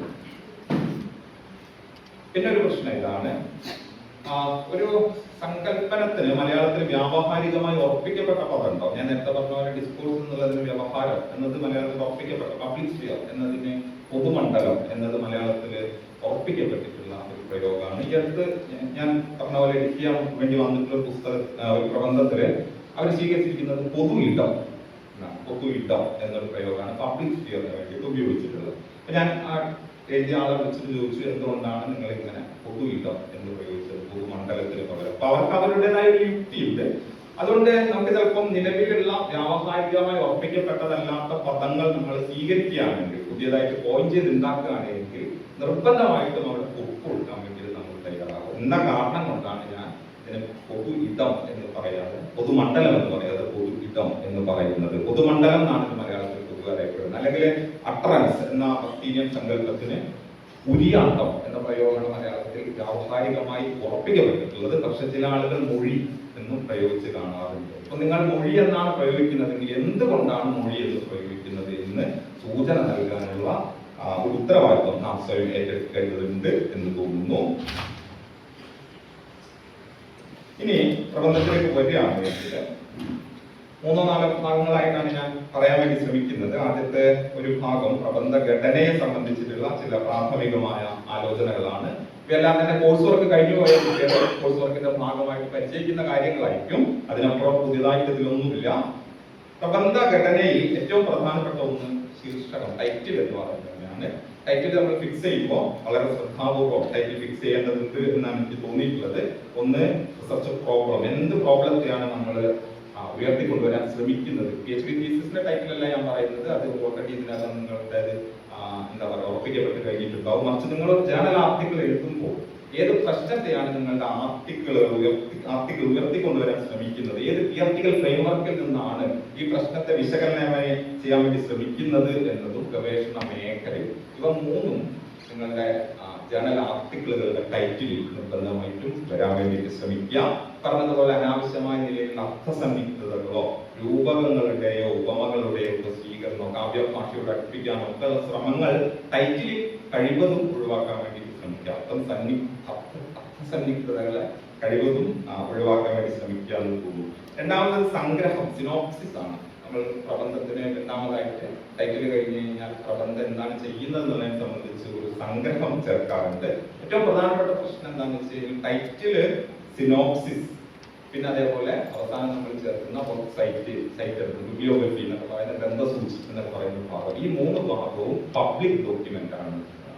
ഇത് മൂന്നും ആർക്കും എവിടെ നിന്നും അക്സസ് ചെയ്യാൻ പറ്റുന്ന കാര്യമാണ്. നിങ്ങൾ വാസ്തവത്തിൽ ഒരു ഓൺലൈൻ ചാനലിലൊക്കെ നമ്മൾ അപ്ലോഡ് ചെയ്യുമ്പോൾ ടൈറ്റിൽ ആദ്യം അപ്ലോഡ് ചെയ്യുന്നു, അതിനുശേഷം വേറെയാണ് സംഗ്രഹം അപ്ലോഡ് ചെയ്യുക, വേറെയാണ് കീവേഡ്സ് അപ്ലോഡ് ചെയ്യുക, വേറെയാണ് പ്രബന്ധ ശരീരം അപ്ലോഡ് ചെയ്യുക, വേറെയാണ് ബിബ്ലിയോഗ്രഫി അപ്ലോഡ് ചെയ്യുക. ഇതിൽ ബിബ്ലിയോഗ്രഫിയും ഈ സംഗ്രഹവും ടൈറ്റിലും കീവേഡും പബ്ലിക്കിന് എവിടെ നിന്നും അക്സസ് ചെയ്യാൻ പറ്റുന്ന ഒരു കാര്യമാണ്. ബാക്കിയുള്ളവ മാത്രമാണ് അക്സസ് ചെയ്യാൻ വേണ്ടിയിട്ട് ചില നിയന്ത്രണങ്ങളോ ചിലപ്പോൾ ഞാൻ സബ്സ്ക്രൈബ് ചെയ്യേണ്ടി വരും, ചിലപ്പോൾ ചില പ്രത്യേക ആളുകൾക്ക് മാത്രമായിട്ട് അത് വായിക്കാൻ വേണ്ടി കൊടുക്കുക. പ്രബന്ധ ശരീരം എന്ന് പറയുന്നത് നിങ്ങളുടെ ഇന്റലക്ച്വൽ പ്രോപ്പർട്ടിയാണ്. പക്ഷെ ടൈറ്റിലും സംഗ്രഹവും അതേപോലെ ഗ്രന്ഥസൂചിയും പബ്ലിക് ഡോക്യുമെന്റ് ആണ്, അത് ആർക്കും എവിടെ നിന്നും അക്സസ് ചെയ്യാൻ പറ്റുന്നതാണ്. അതുകൊണ്ട് സംഗ്രഹം വളരെ ശ്രദ്ധാപൂർവം വേണം എഴുതേണ്ടതുള്ളത് എന്നാണ് എനിക്ക് തോന്നുന്നത്. സംഗ്രഹം എല്ലായ്പ്പോഴും ഒരു ഇൻവിറ്റേഷൻ കാർഡാണ്, പ്രബന്ധത്തിലേക്ക് ക്ഷണിക്കുകയാണ് ചെയ്യുന്നത്. പ്രബന്ധത്തിലേക്ക് ആളുകളെ കൊണ്ടുവരാൻ വേണ്ടിയിട്ടുള്ള ഒരു ക്ഷണപത്രം എന്നുള്ളത് പോലെയാണ് സംഗ്രഹം പ്രവർത്തിക്കേണ്ടത്.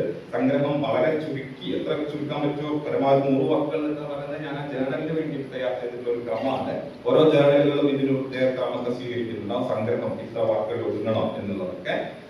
എന്തായാലും സംഗ്രഹത്തിൽ നമ്മൾ കുറഞ്ഞ പക്ഷം ഈ നമ്മുടെ ഏത് മെത്തഡോളജിയാണ് സ്വീകരിച്ചിട്ടുള്ളത്, ആ മെത്തഡോളജി സ്വീകരിച്ച് നമ്മൾ ഈ പ്രശ്നത്തെ അവലോകനം ചെയ്യുന്നതിലൂടെ, അപഗ്രഥന വിധേയമാക്കുന്നതിലൂടെ നിലവിൽ ഈ പ്രശ്നത്തെ കുറിച്ചുള്ള സാമാന്യ ബോധത്തിൽ എന്തെങ്കിലും മാറ്റം വരാൻ സാധ്യതയുണ്ടോ, ഇങ്ങനെയുള്ള ചില എന്താ പറയാ ക്ഷണപത്രമായിട്ട് ഇതിലേക്ക് പ്രബന്ധത്തിലേക്ക് കടക്കാൻ വേണ്ടിയിട്ടുള്ള ഒരു വാതിൽ പോലെയാണ് സംഗ്രഹം പ്രവർത്തിക്കേണ്ടത് എന്ന് ശ്രദ്ധിക്കുക.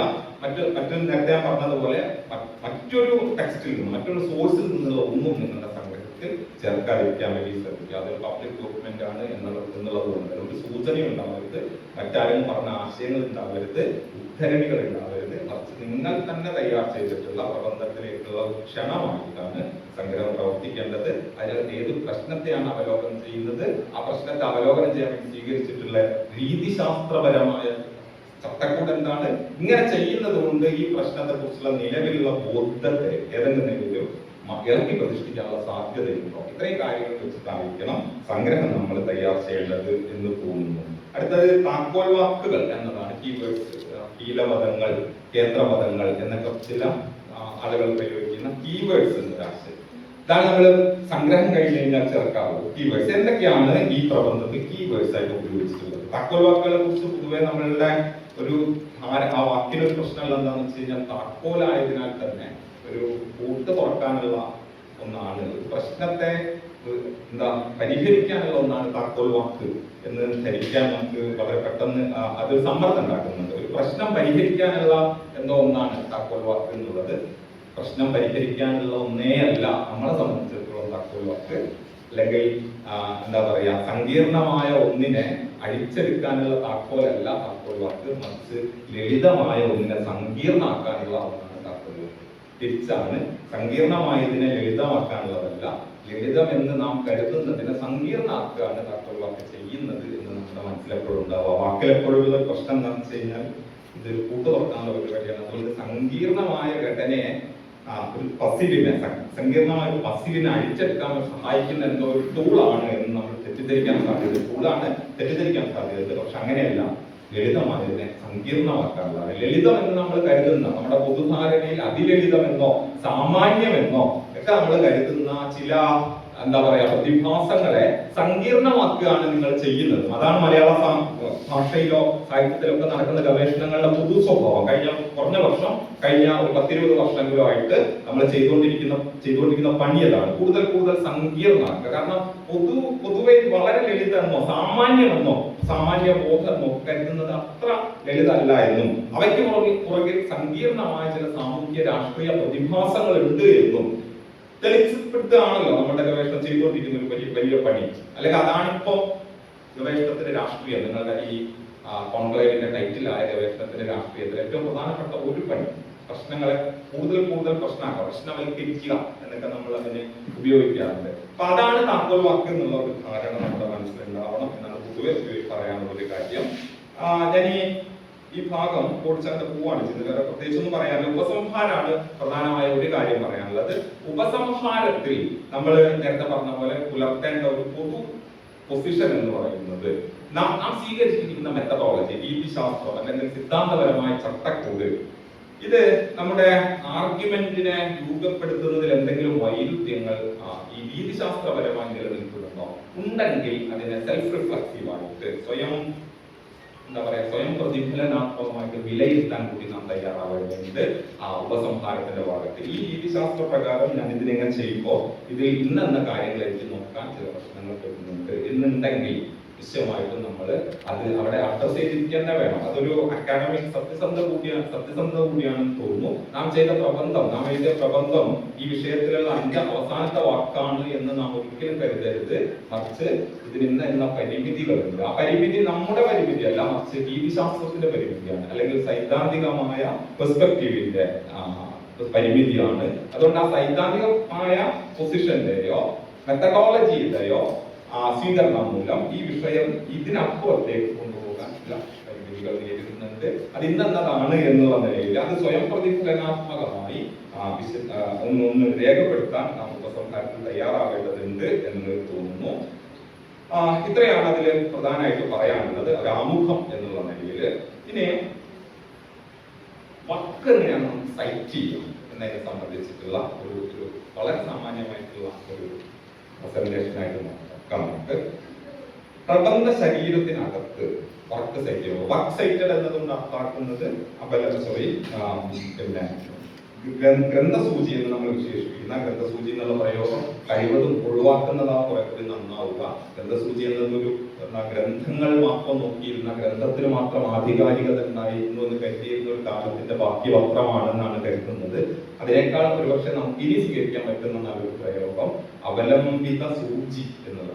ഏതൊക്കെ എന്തിനൊക്കെയാണ് അവലംബിച്ചിരിക്കുന്നത് എന്നുള്ളതിന് സൂചി നൽകുക എന്നുള്ളതായിരിക്കും വെബ്സൈറ്റിന് ബിബ്ലിയോഗ്രഫിക്ക് ഇനി നമുക്ക് സ്വീകരിക്കാൻ പറ്റിയ നല്ലൊരു പ്രയോഗം പോകും. കാരണം പുസ്തകം മാത്രം എന്ന ധാരണയൊക്കെ എന്നോ അസ്തമിച്ചു കഴിഞ്ഞിട്ടുണ്ട്.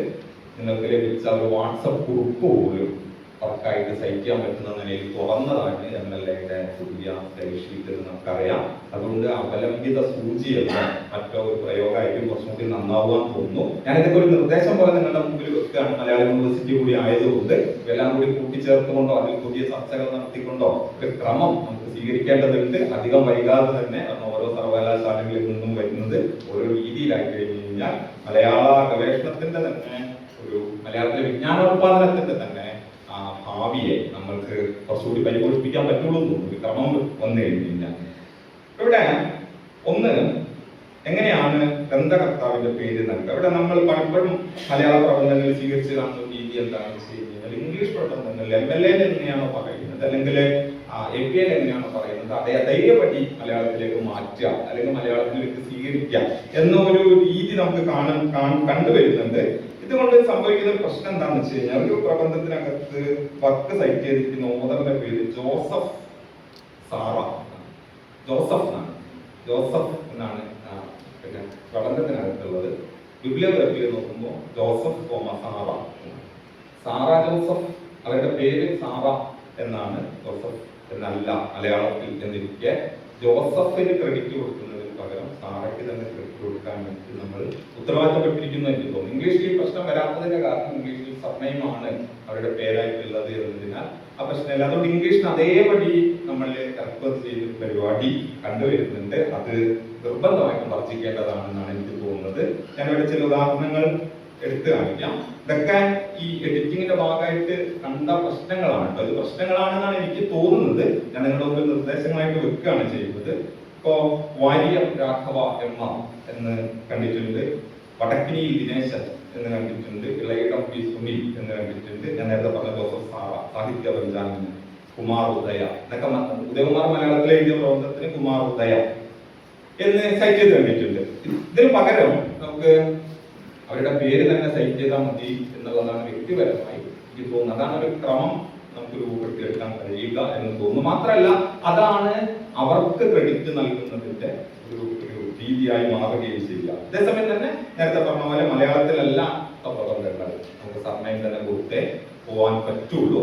സർനെയിം തന്നെ അവിടെ നിർബന്ധമായിട്ട് സർനെയിം കൊടുക്കാൻ വേണ്ടിയിട്ട് നമ്മൾ എന്താ പറയാ ഉത്തരവാദപ്പെട്ടിരിക്കുകയും ചെയ്തു. കാരണം അത് ഈ പറഞ്ഞതുപോലെ വേറെ നിലയിൽ നിങ്ങളുടെ പ്രബന്ധത്തിൽ നിന്നുള്ള വേറെ എവിടെയെങ്കിലും പിന്നെ എന്താ പറയാ പ്രബന്ധം ഉപജീവിക്കപ്പെടുകയാണ് എങ്കിൽ അത് അക്കാഡമിക് സ്കോറിലേക്ക് മാറുമ്പോൾ അവർ നേരിടുന്ന പ്രയാസങ്ങൾ മലയാളത്തിൽ അത്രത്തോളം നമ്മൾ വികസിച്ചിട്ടില്ലാത്തതുകൊണ്ട് അവർ നേരിടുന്ന പ്രയാസങ്ങൾ പരിഹരിക്കാൻ വേണ്ടിയിട്ട് കൂടി നമ്മൾ അത് സമയം കൊടുക്കാൻ വേണ്ടി നിർബന്ധിതരായിരിക്കുന്നു. ഇവിടെ ഒരു കാര്യം ഞാൻ ഇവിടെ കുമാർ ഉദയകുമാർ ഇംഗ്ലീഷിലും മലയാളത്തിലും എഴുതിയ പ്രബന്ധങ്ങളുണ്ട്. മലയാളത്തിൽ നിന്ന് നമ്മൾ അദ്ദേഹത്തിന് പ്രബന്ധം സ്വീകരിക്കുമ്പോൾ ഉദയകുമാർ എന്നൊക്കെ കൊടുക്കാനും ഇംഗ്ലീഷാണ് അവ നോക്കുന്നതെങ്കിൽ കുമാർ ഉദയ എന്ന് കൊടുക്കാനും നമ്മൾ ശ്രദ്ധിക്കേണ്ടതുണ്ട് എന്ന് എനിക്ക് തോന്നുന്നു. അങ്ങനെ മലയാളത്തിലും ഇംഗ്ലീഷിലും എഴുതുന്ന ധാരാളം പേരുകാരുണ്ട്.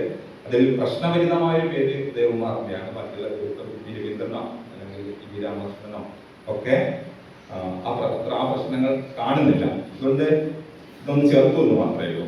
ഇനി മറ്റൊരു കാര്യം, പ്രബന്ധ ശരീരത്തില് നമുക്ക് ചില എന്താ പറയാ പേരല്ലാതെ ഉപയോഗിക്കപ്പെട്ട വ്യാവഹാരികമായി ഉറപ്പിക്കപ്പെട്ട വിശേഷണങ്ങൾ നമുക്ക് സ്വീകരിക്കാവുന്നതാണ് പ്രബന്ധം എഴുതുമ്പോൾ. പക്ഷെ സൈറ്റ് ചെയ്യുമ്പോൾ നിശ്ചയമായിട്ടും അവരുടെ പേര് തന്നെ കൊടുക്കാൻ വേണ്ടി ശ്രദ്ധിക്കുക. ആശാൻ എന്നത് ടെക്സ്റ്റ് സൈറ്റേഷനിൽ കുമാരൻ ആശാൻ എന്നും, ബിബ്ലിയോഗ്രഫി അല്ലെങ്കിൽ അവലംബിത സൂചികയിൽ കുമാരൻ ആശാൻ എന്നും പൂർണ്ണമായി തന്നെ കൊടുക്കാൻ വേണ്ടി നമ്മൾ ശ്രദ്ധിക്കേണ്ടതുണ്ട്. ഇങ്ങനെ മലയാളത്തിൽ പലപ്പോഴും ഈ എന്താ പറയാ ഇത്തരം ചില വിശേഷണങ്ങൾ അവരുടെ പേരായി മാറിയിട്ടുണ്ടോ, സ്ഥലനാമങ്ങളോ അല്ലെങ്കിൽ കുടുംബനാമങ്ങളോ ചില പദവികളോ ഒക്കെ പേരായി മാറിയിട്ടുണ്ടോ, വ്യാവഹാരികമായി നിൽക്കുന്നതാണ്. പക്ഷെ നിങ്ങൾ സൈറ്റേഷനിലേക്ക് വരുമ്പോൾ അവരുടെ പേര് തന്നെ, ഔദ്യോഗികമായ പേര് തന്നെ സൂചിപ്പിക്കാൻ വേണ്ടിയിട്ട് ഒരു കാരണവശാലും മറന്നു പോകാതിരിക്കാൻ തോന്നുന്നു. പിന്നെ ഇതും എനിക്കിവിടെ തോന്നിയൊരു കാര്യമാണ്, ഡോക്ടർ, പ്രൊഫസർ തുടങ്ങിയവയൊക്കെ കഴിവതും ഒഴിവാക്കുക എന്നുള്ളത്. അത്തരം ബഹുമാന സൂചകങ്ങളോ ഒന്നും നമ്മുടെ പ്രബന്ധത്തിനകമേ പോലും വേണ്ടതില്ല എന്നാണ് വ്യക്തിപരമായി തോന്നിയ ഒരു കാര്യം. രണ്ടാമത്തത്, ഇത്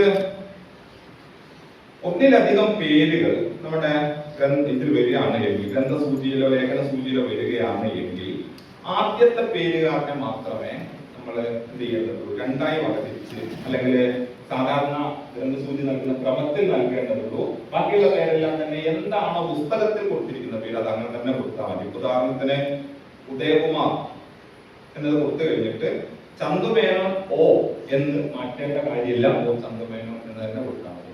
രണ്ടാമത് പേര് ആദ്യത്തെ പേര്, അതായത് ഏതാണോ വർക്ക് സൈറ്റ് ചെയ്തിരിക്കുന്നത് ആ വർക്ക് സൈറ്റ് ചെയ്തിരിക്കുന്ന ഇൻടെക്സ്റ്റ് സൈറ്റേഷനും വർക്ക് സൈറ്റും തമ്മിൽ ബന്ധം ഉണ്ടാവുന്നത്. ഇൻടെക്സ്റ്റിൽ നിങ്ങൾ ഏത് പേര് കൊടുത്തിട്ടുണ്ടോ അത് തന്നെ വർക്ക് സൈറ്റിലുള്ളത്. അത് കഴിഞ്ഞിട്ടുള്ളത് എങ്ങനെയാണോ പുസ്തകത്തിലുള്ളത് അതുപോലെ കൊടുക്കാൻ പറ്റും. അത് ഇംഗ്ലീഷിലും അങ്ങനെ തന്നെയാണ്. ഈഗിൾട്ടൺ ടെറി എന്ന് തുടക്കത്തിലേ കൊടുക്കേണ്ടുള്ളൂ. ടെറി ഈഗിൾട്ടൺ എഡിറ്റ് ചെയ്ത ഒരു പുസ്തകം വരുന്നതിനകത്ത് ടെറി ഈഗിൾട്ടൺ എന്ന് തന്നെ കൊടുത്താൽ മതി എന്നർത്ഥം. ഇത് നോക്ക്, രണ്ടാമത്തെ പ്രദീപൻ പാമ്പിരികുന്ന് എന്ന് കൊടുത്തു കഴിഞ്ഞു കഴിഞ്ഞാൽ പിന്നെ അനിൽ KM എന്ന് മാറ്റേണ്ട കാര്യമില്ല. ഇവിടെ KM അനിൽ എന്ന് തന്നെ മതി. സുനിൽപിയുടെ KM ഉണ്ട്. അതുപോലെ വാസുദേവൻ നായർ MP കഴിഞ്ഞാൽ NP മുഹമ്മദ്. ഇവിടെ വാസുദേവൻ അല്ലെങ്കിൽ പ്രദീപൻ പാമ്പിരികുന്ന് എന്ന് നമ്മൾ എന്താണ് കോമട്ട് വേർതിരിക്കുന്നതിന്റെ കാര്യം എന്താണെന്ന് വെച്ച് കഴിഞ്ഞാൽ പ്രദീപൻ എന്ന് മാത്രമേ വർക്ക് സൈറ്റേഷനിൽ വരുന്നുണ്ടാവുള്ളൂ. ഇൻടെക്സ്റ്റ് സൈറ്റേഷനിൽ പ്രദീപൻ എന്ന് മാത്രമേ ഉണ്ടാവുള്ളൂ. പ്രദീപൻ കോമട്ട് പാമ്പിരികുന്ന് എന്ന് മാറ്റുന്നു. അതിനുശേഷം ഏതൊക്കെ പേര് നിങ്ങളുടെ ഗ്രന്ഥലേഖന സൂചിയിൽ വരുന്നുണ്ടോ, ആ ഡൊമൈനിൽ വരുന്നുണ്ടോ, അതൊക്കെ പേര് മാത്രമായിട്ട് കൊടുത്താൽ മതി എന്ന് തോന്നുന്നു. അങ്ങനെയാണ് MLA സ്വീകരിച്ച് കണ്ടിട്ടുള്ളത്. മറ്റൊന്ന് എഡിറ്റർ, എഡിഷൻ എന്നിവയ്ക്ക് എന്ത് ക്രമം നമ്മൾ സ്വീകരിക്കുന്നതാണ്. ഇംഗ്ലീഷിൽ പൊതുവെ എഡിറ്റർ എന്നതിന് ഈ അപ്പർ കേസിലും എഡിഷൻ എന്നുള്ളത് 3 ലോവർ കേസിലും ഇട്ടാണ് കാണുന്നത്. മലയാളത്തിൽ നമുക്ക് വേണമെങ്കിൽ എഡിറ്ററിനെ എഡി എന്നുള്ള ചുരുക്കരൂപവും എഡിഷൻ എന്ന പൂർണ്ണ രൂപവും ഉപയോഗിക്കുന്ന രീതി സ്വീകരിക്കാവുന്നതാണ് എന്ന് തോന്നുന്നു. മറ്റൊന്ന് പുസ്തകം, പുസ്തകാധ്യായം തുടങ്ങിയവ പാഠശരീരത്തിലാവട്ടെ ഗ്രന്ഥസൂചിയിലാവട്ടെ എവിടെ വരുമ്പോഴും പുസ്തകത്തിന്റെ നാമം എവിടെ സൂചിപ്പിക്കുമ്പോഴും അത് ഇറ്റാലിക്സ് നൽകാൻ വേണ്ടി ശ്രദ്ധിക്കുക. ഇറ്റാലിക്സ് അത് എന്താണ് നമ്മളുടെ ടൈറ്റിൽ മുതൽ ശീർഷകം മുതൽ ഏറ്റവും അവസാനത്തെ ഗ്രന്ഥസൂചി വരെയുള്ള എല്ലായിടങ്ങളിലും പുസ്തകത്തിന്റെ പേര് എപ്പോൾ സൂചിപ്പിച്ചു കഴിഞ്ഞാലും അത് ഇറ്റാലിക്സിൽ തന്നെ സൂചിപ്പിക്കാൻ വേണ്ടി ശ്രമിക്കുക. പുസ്തകാധ്യായങ്ങളോ ജേണലിൽ നിന്നുള്ള ആർട്ടിക്കിളുകളോ ആണെങ്കിൽ ഒന്നുകിൽ ഇരട്ട ഉദ്ധരണിയിലോ അല്ലെങ്കിൽ ഒറ്റ ഉദ്ധരണിയിലോ, അത് നിങ്ങളുടെ എന്താ പറയാ ഏത് ജേണലാണോ അല്ലെങ്കിൽ എവിടെയാണോ PhD തീസിസ് ചെയ്യുന്നത് അവിടുത്തെ ക്രമം അനുസരിച്ച് ചെയ്യാൻ വേണ്ടി ശ്രമിക്കുക. അതുപോലെ പുസ്തകാധ്യായമോ പ്രബന്ധമോ നൽകുമ്പോൾ ഈ എഡിറ്റ് ചെയ്ത വർക്ക്, ഇപ്പോ ഒരു പുസ്തകത്തിൽ നിന്ന് ഉദാഹരണത്തിന് ഷാജി ചക്രവർത്തി എഴുത സംസ്കാര വിമർശവും മലയാള ഭാവനയും എന്ന പുസ്തകത്തിൽ നിന്ന് നമ്മൾ KM പണിക്കരുടെ പ്രബന്ധം എടുക്കുകയാണെന്ന് കരുതുക. KM പണിക്കരുടെ പ്രബന്ധമാണ് നമ്മൾ സൈറ്റ് ചെയ്തിരിക്കുന്നത്. പണിക്കൊക്കെ നമ്മൾ ക്രെഡിറ്റ് കൊടുക്കുന്നു, ഷാജി ചക്രവർത്തി പുസ്തകം എഡിറ്റ് ചെയ്യുന്ന പുസ്തകമാണ് എന്നൊക്കെ കഴിഞ്ഞിട്ട് ഏറ്റവും അവസാനം ഈ പ്രബന്ധം ഈ പുസ്തകത്തിൽ എവിടെ മുതൽ എവിടെ വരെയാണ് എന്ന് വ്യക്തമാക്കിയിരിക്കണം. ഇന്നപ്പുറം മുതൽ ഇന്നപ്പുറം വരെയാണ് ഈ പുസ്തകത്തിനകത്ത് ഈ പ്രബന്ധം നിൽക്കുന്നത്. PP എന്ന് ഇംഗ്ലീഷിലും മലയാളത്തില് പുറം എന്നതിൽ പൂ എന്ന് എഴുതുക, ഒരു കുത്തൂല. എന്നിട്ട് ഏത് പേജ് മുതൽ ഏത് പേജ് വരെ, ഈ പുസ്തകത്തിനകത്ത് ഏത് പേജ് മുതൽ ഏത് പേജ് വരെയാണ് ഈ പ്രബന്ധം വിന്യസിച്ചിരിക്കുന്നത്, ഇതിന്റെ വിന്യാസ സ്ഥലം എവിടെ വരെയാണ് എന്നുള്ളത് നമ്മളവിടെ കൃത്യമായി സൂചിപ്പിക്കാൻ വേണ്ടി ശ്രമിക്കണം. ഇനി ഇത് നിങ്ങൾക്ക് അറിയാവുന്ന കാര്യമാണ്. പുസ്തകം എങ്ങനെയാണ് നമ്മൾ ഗ്രന്ഥസൂചി നൽകുക എന്നുള്ളത്. പേര്, വർഷം, രണ്ടാമത് എന്നത് ആണ് മലയാളത്തെ സംബന്ധിച്ച് നമുക്ക് സ്വീകരിക്കാൻ പറ്റിയ ഒരു കാര്യം എന്ന് എനിക്ക് തോന്നുന്നത്. ഇംഗ്ലീഷിൽ വർഷം ആവശ്യമില്ല എന്ന് ഞാൻ നേരത്തെ പറഞ്ഞു. മലയാളത്തിൽ വർഷം വളരെ പ്രധാനമാണ്. അത് വർഷം നമുക്ക് രണ്ടാമത് ഇടാം. ചില ആളുകൾ വർഷം അവസാനമാണ് ഇടേണ്ടത് എന്ന് പറയാറുണ്ട്. അത് പ്രശ്നമുള്ള കാര്യമല്ല. ഏതാണ് ക്രമം എന്നുള്ളത് നമുക്ക് പതുക്കെ രൂപപ്പെട്ട് വരുന്ന കരുതാം. കോമട്ട് മാത്രം തിരിച്ചാൽ മതി. അനാവശ്യമായിട്ടുള്ള സെമി കോളനുകൾ, ബ്രാക്കറ്റുകൾ തുടങ്ങിയവയൊക്കെ ഒഴിവാക്കേണ്ട കാലം കഴിഞ്ഞു തോന്നുന്നു. നമ്മൾ പലപ്പോഴും ഇടയ്ക്ക് സെമി കോളൻ ഇടുക, ഈ പ്രസിദ്ധീകരണ സ്ഥലം ആദ്യം സൂചിപ്പിക്കുന്ന സെമി കോളൻ ഇടുക, അങ്ങനെയുള്ള ഈ ചിക്കാഗോ സ്റ്റൈലും MLA സ്റ്റൈലും എല്ലാം കൂടി കലങ്ങി പറഞ്ഞൊരു നിലയിലാണ് നമ്മൾ പലപ്പോഴും കൊടുക്കാറുള്ളത്. അതിന്റെ ആവശ്യമല്ല. MLAയുടെ പൊതു രീതി എന്താണെന്ന് വെച്ച് കഴിഞ്ഞാൽ ഏറ്റവും ലളിതമാക്കുക, സങ്കീർണതകൾ പരമാവധി ഒഴിവാക്കുക. അതുകൊണ്ട് ബ്രാക്കറ്റുകൾ ഒഴിവാക്കുക. കോമ മാത്രം ഇട്ടിട്ടാണ് തിരിക്കുന്നത്. കോമ എന്ന് പറയുന്നത് എന്താ പറയാ, ഒരു രണ്ട് ഭാഗങ്ങൾ തമ്മിൽ വേർതിരിക്കാൻ വേണ്ടി ഉപയോഗിക്കുന്ന ഒരു ചിഹ്നനായിട്ടാണ് അവർ കോമയെ കൊണ്ടുവരുന്നത്. കോമ ഉപയോഗിച്ച് തിരിക്കുക മാത്രമേ ചെയ്യേണ്ടതുള്ളൂ എന്ന് തോന്നുന്നു. അനാവശ്യമായ എല്ലാ ചിഹ്നങ്ങളും എടുത്തു കളയാം. ബ്രാക്കറ്റിംഗ് ആവശ്യമില്ല, സെമി കോളനുകൾ ആവശ്യമില്ല, കോളൻ പലപ്പോഴും ആവശ്യമില്ല. ആവശ്യമുള്ള സ്ഥലമുണ്ട്, പക്ഷെ പൊതുവെ ഒരു എഴുതുമ്പോൾ പുസ്തകം എഴുതുന്നു ആവശ്യമില്ല എന്ന് തോന്നുന്നു.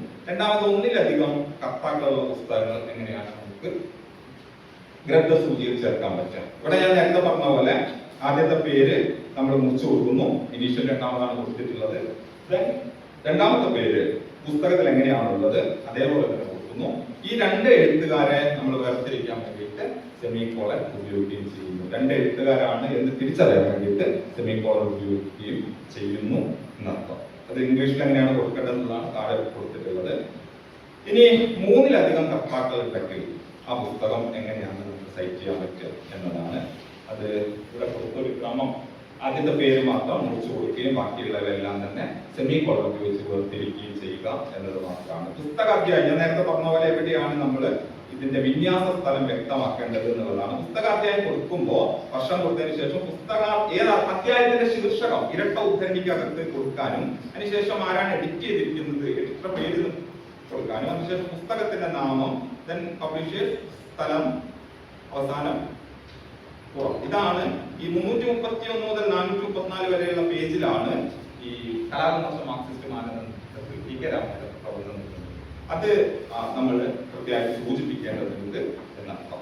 ഇനി ആമുഖം, അവതാരിക തുടങ്ങിയവ പലപ്പോഴും പ്രശ്നം എന്താണെന്ന് വെച്ചാൽ ഈ ആമുഖം അവതാരികയൊക്കെ പുസ്തകം എഴുതിയ ആളുകളുടെ ക്രെഡിറ്റ് കൊടുത്ത് കാണുന്നുണ്ട്.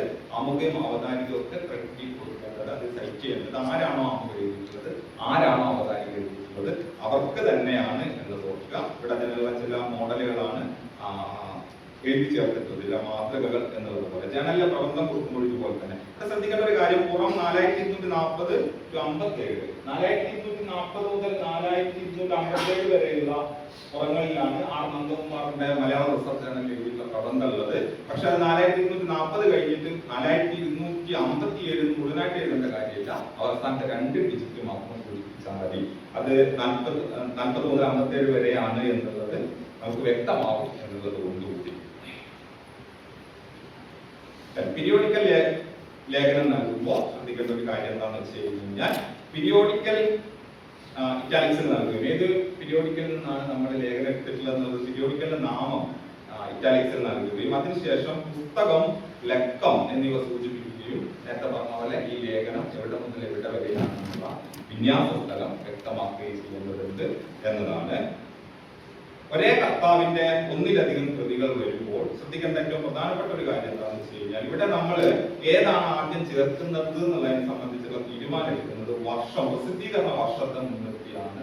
പ്രസിദ്ധീകരണ വർഷം എന്ന് പറഞ്ഞു കഴിഞ്ഞാൽ നമ്മൾ നോക്കിയ എഡിഷൻ ഏതാണ്, നമ്മൾ ഏത് എഡിഷനാണ് നോക്കിയിട്ടുള്ളത്, ആ എഡിഷനെ മുൻനിർത്തിയിട്ട് വേണം നമ്മൾ ഇവയെ വിന്യസിക്കാൻ എന്ന്. അല്ലാതെ യുക്തിരഹിതമായി, ക്രമരഹിതമായി ഈ രാമകൃഷ്ണ 4 പുസ്തകങ്ങൾ നമ്മൾ നോക്കിയിട്ടുണ്ട്, ഇവ ആദ്യം 2017, പിന്നെ 2012, പിന്നെ 2016 ഇങ്ങനെ വ്യത്യസ്തമായി വിന്യസിക്കരുത് ഗ്രന്ഥസൂചികൾ നൽകുമ്പോൾ. മറിച്ച് ഇതില് ഒരേ പേരുകാരനായതിനാൽ തന്നെ രണ്ടാമത്തെ ഡൊമൈനായിട്ട് വരുന്ന ഏതാണോ വർഷത്തിന്റെ ക്രമം, അതിന്റെ ഒരു കാലാനുക്രമം അനുസരിച്ച് വിന്യസിക്കാൻ വേണ്ടിയിട്ട് നമ്മൾ ശ്രദ്ധിക്കുക. ഇനി ഈ വർഷം അവസാനമാണ് നൽകുന്നത് എങ്കിൽ, ചിലരൊക്കെ വർഷം അവസാനം നൽകണം എന്ന് നിർബന്ധം പിടിക്കാറുണ്ട്. വർഷം അവസാനമാണ് നൽകുന്നത് എങ്കിൽ രണ്ടാമത്തെ ഡൊമൈനായിട്ട് അപ്പൊ വരുന്ന പ്രബന്ധത്തിന്റെയോ ഗ്രന്ഥത്തിന്റെയോ നാമത്തിന്റെ അകാരാദി ക്രമം അനുസരിച്ച് വേണം നമ്മൾ വിന്യസിക്കാൻ എന്നുള്ളത് ഓർത്തു വെക്കുക. അതുകൊണ്ട് 3 പുസ്തകങ്ങൾ ഒരാളുടെ അല്ല 4 പുസ്തകങ്ങൾ ഒരാളുടെ നോക്കിയിട്ടുണ്ട് എങ്കിൽ ഗ്രന്ഥസൂചിക ചേർക്കുമ്പോൾ 4ഉം തമ്മിലുള്ള ഒരു ക്രമം, ഒരു ബന്ധം ഉണ്ടാവണം എന്ന് നാം ഉറപ്പുവരുത്തുക എന്നർത്ഥം. ഇനി പ്രധാനപ്പെട്ട മറ്റൊരു പ്രശ്നമാണ് ഒരേ കർത്താവിന്റെ ഒരേ വർഷം പ്രസിദ്ധീകരിച്ച പുസ്തകങ്ങളെ എങ്ങനെയാണ് നമ്മൾ സൈറ്റ് ചെയ്യുക എന്നുള്ളത്. ഇവിടെ നോക്കൂ, KP അപ്പന്റെ 1999 പ്രസിദ്ധീകരിച്ച 2 പുസ്തകങ്ങൾ, ആഖ്യാനും അനുഭവസത്യവും വരകളും വർണ്ണങ്ങളും, ഇവ എങ്ങനെയാണ് നമ്മൾ സൈറ്റ് ചെയ്യുക?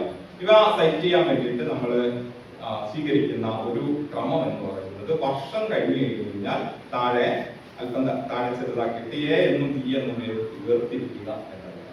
വേർതിരിക്കുന്നതിന് യുക്തി എന്താണെന്ന് വെച്ച് കഴിഞ്ഞാൽ ഗ്രന്ഥനാമത്തിന്റെ അകാരാതിക്രമമാണ്.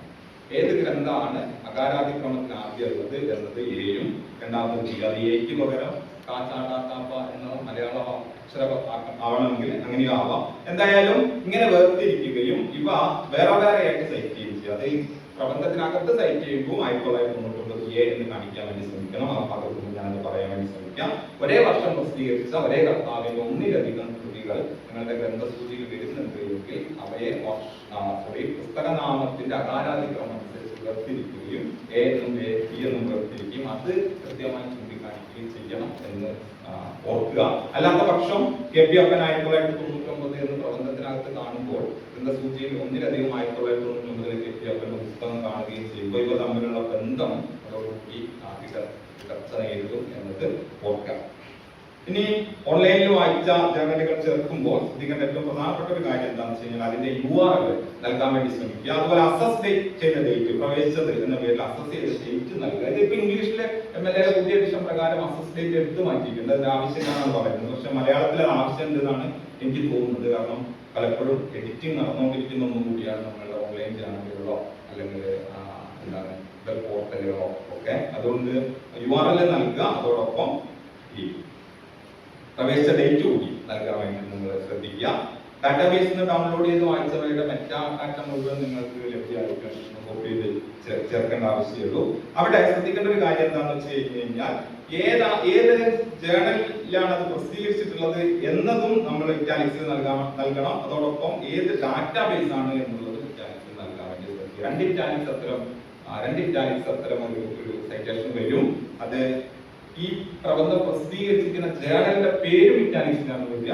അതോടൊപ്പം നമ്മൾ എവിടെ നിന്നാണ്, ഏത് ഡാറ്റാബേസ് ആണ് നമ്മൾ ഉപയോഗിച്ചിട്ടുള്ളത് അതും ഇറ്റാലിക്സ് ആണ് വരിക എന്ന് ശ്രദ്ധിക്കുക. ബ്ലോഗ് എഴുത്തിനും വലിയ മാറ്റങ്ങളില്ല. അതിൽ URL നൽകണം എന്നതാണ് ഏറ്റവും പ്രധാനപ്പെട്ട കാര്യം. വെബ് മാഗസിനുകളിലും PhD തീസിസിൽ ഇതിനൊരു ചെറിയ പ്രശ്നമുണ്ട്. ഞാൻ എഴുതിയതിൽ ശ്രീകുമാർ എഴുതി 2014 പുസ്തകം കേരള സംസ്കാരം PhD ഗവേഷണ പ്രബന്ധം എന്ന് കഴിഞ്ഞിട്ട് അത് ഏത് ഫാക്കൽറ്റി ആണ് എന്നത് കൂടി നിങ്ങൾ ഏത് ഫാക്കൽറ്റിയിൽ നിന്നാണ് ഗവേഷണ പ്രബന്ധം അത് വന്നിട്ടുള്ളത് എന്നുള്ളത് കൂടി അവിടെ എഴുതി ചേർക്കാൻ വേണ്ടി ശ്രദ്ധിക്കുക. അത് ഞാൻ അവിടെ വിട്ടുപോകാൻ ശ്രദ്ധിക്കുന്നത്.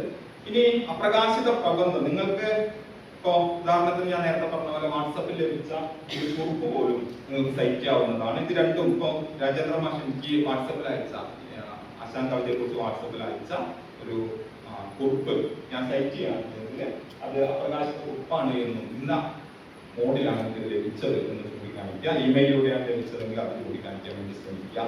ഇനി നമ്മളൊരു അഭിമുഖത്തിൽ നിന്ന് ആണ് ആശയങ്ങൾ എടുക്കുന്നതെങ്കിൽ, അഭിമുഖമാണ് സൈറ്റ് ചെയ്യുന്നതെങ്കിൽ വളരെ ശ്രദ്ധിക്കേണ്ട ഒരു കാര്യം എന്താണെന്ന് വെച്ച് കഴിഞ്ഞാൽ അഭിമുഖകാരന് കൂടെ നമ്മൾ സെക്കൻഡായിട്ട് ക്രെഡിറ്റ് കൊടുത്തിരിക്കണം.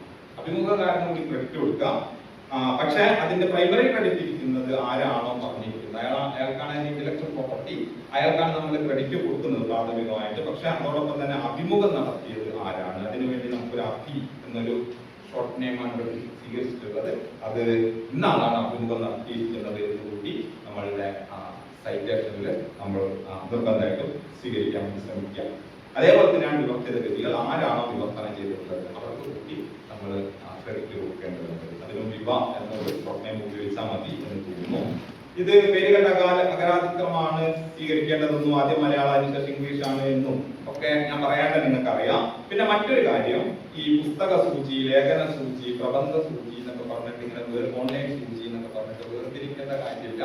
പക്ഷെ എല്ലാം കൂടി ഒന്നിച്ച് തന്നെ കൊടുത്താൽ മതി. പുസ്തകത്തിന്റെയും അല്ലെങ്കിൽ പ്രബന്ധത്തിന്റെയും ലേഖനത്തിന്റെയും അതിനിടയിൽ ഓൺലൈനിൽ നിന്ന് നമ്മൾ വായിച്ച ജേർണലുകളുടെയും എല്ലാം കൂടെ ഒന്നിച്ച് അവലംബിത സൂചി എന്നോ മറ്റോ ഒരു പൊതുശീർഷകം കൊടുത്തു കൊടുത്താൽ. മുമ്പൊക്കെ അങ്ങനെയായിരുന്നു. ആദ്യം പുസ്തകങ്ങളുടെ പേര് മാത്രം, അതിനുശേഷം ഓൺലൈനിൽ നിന്ന് വായിച്ചിട്ടുള്ളവ വേറെ എന്ന് പറഞ്ഞ് വേറെയായിരുന്നു കൊടുത്തിരുന്നത്. അങ്ങനെ കൊടുക്കേണ്ട കാര്യമില്ല. അതേസമയം ദൃശ്യപാഠങ്ങൾ അത് വേറെ തന്നെ കൊടുക്കാൻ വേണ്ടി ശ്രദ്ധിക്കുകയും ചെയ്യേണ്ടത് തോന്നുന്നു. ദൃശ്യസൂചി നൽകുന്ന ഒരു വിധമാണ്, ഞാൻ അതങ്ങനെ നോക്കുന്നില്ല. മൂന്നാമത്തെ ഒന്നിലേക്ക് കിടക്കാം. എങ്ങനെയാണ് നമ്മൾ സൈറ്റ് ചെയ്യേണ്ടത്? ഇൻ ടെക്സ്റ്റ് സൈറ്റേഷൻ പ്രബന്ധത്തിനാക്കമേ എങ്ങനെയാണ് സൈറ്റ് ചെയ്യേണ്ടത്? ആശയങ്ങൾ ഉപജീവിക്കുമ്പോൾ, പുറത്തുനിന്ന് മറ്റുള്ള സോഴ്സിൽ നിന്ന് ഉപജീവിക്കുമ്പോൾ എങ്ങനെയാണ് നമ്മൾ ഇത് പ്രബന്ധത്തിനകത്ത് ഉൾക്കൊള്ളിക്കേണ്ടത് എന്നുള്ളതിനെ സംബന്ധിച്ചിട്ടാണ് പറയുന്നത്. ഒന്ന്, ഏറ്റവും പ്രധാനപ്പെട്ട ഒരു കാര്യം എന്താണെന്ന് വെച്ച് കഴിഞ്ഞാൽ, ഉദ്ധരണിയിട്ട് നമ്മളിങ്ങനെ പാരഗ്രാഫുകൾ മുഴുവനായിട്ട് ഇങ്ങനെ പ്രബന്ധത്തിലാക്കുന്നത് ചേർത്താനേ പാടില്ല. അത് നമ്മൾ എന്താ പറയാ, ഉറച്ചു നിൽക്കേണ്ടുന്ന പൊസിഷനാണ് എന്നാണ് എനിക്ക് തോന്നുന്നത്. ഒന്നുകിൽ 2 വരി, 1 വരി എന്നുള്ളതൊക്കെയാണ് സ്വീകരിച്ചു പോരുന്നത്. പരമാവധി 2 വരി വരെ മാത്രമേ ഉദ്ധരണി ആയിട്ട് പ്രബന്ധത്തിനകമേ കൊടുക്കാൻ പാടുള്ളൂ. അതിനപ്പുറം കടക്കുകയാണെങ്കിൽ അത് വേറെ നിലയിൽ തന്നെ സെറ്റ് ചെയ്യേണ്ടതുണ്ട്. 2 വരി വരെ വരുന്ന ആശയങ്ങൾ നമുക്ക് പ്രബന്ധത്തിനകമേ ഇരട്ട ഉദ്ധരണി ചിഹ്നമായിട്ട് വേർതിരിച്ച് കാണിക്കാൻ പറ്റും. ഉദാഹരണത്തിന് ഇവിടെ ഒരു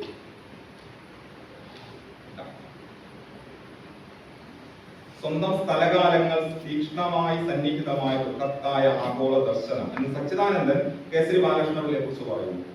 അതിനെ നമുക്ക് ഒരു ഇരട്ട ഉദ്ധരണി ചിഹ്നം എടുത്തിട്ട് അവിടെ സൈറ്റ് ചെയ്യാവുന്നതാണ്. ദിലീപ് മേനോൻ ലോക്കൽ കോസ്മോപൊളിറ്റനിസ്റ്റ് എന്ന് കേസരി വിശേഷിപ്പിക്കുന്നുണ്ട്. അത് നമുക്ക് ഇരട്ട ഉദ്ധരണി ചിഹ്നം എടുത്തിട്ട് അവിടെ സൈറ്റ് ചെയ്യാവുന്നതാണ്. പ്രബന്ധ ശരീരത്തിൽ സ്വാഭാവികം എന്നുള്ള വണ്ണം, എന്നാൽ വായിച്ചു പോകുന്ന ഒരാളെ സംബന്ധിച്ചിടത്തോളം ഉപജീവിക്കപ്പെട്ട ആശയമാണ് എന്ന് വ്യക്തമാകുന്ന നിലയിൽ നമുക്കത് സൈറ്റ് ചെയ്യാവുന്നതാണ്. അത്രയും ചെയ്യുന്നതിൽ യാതൊരു പ്രയാസവുമില്ല. പക്ഷേ അതിന് 2ന്റെയും കൊടുത്തിട്ടുള്ള ഗ്രന്ഥലേഖന സൂചികയാണ് ഞാൻ പറഞ്ഞ 2 ആശയങ്ങൾക്ക്. പക്ഷെ അതിനപ്പുറത്തേക്ക് നമ്മളുടെ ഉപജീവിച്ച ആശയങ്ങളുടെ വലിപ്പം കൂടുകയാണ് എങ്കിൽ, 2 വരികൾക്ക് അപ്പുറത്തേക്ക് നീങ്ങുകയാണ് എങ്കിൽ സ്വാഭാവികമായ ഒരു കാരണവശാലും നൽകരുത്.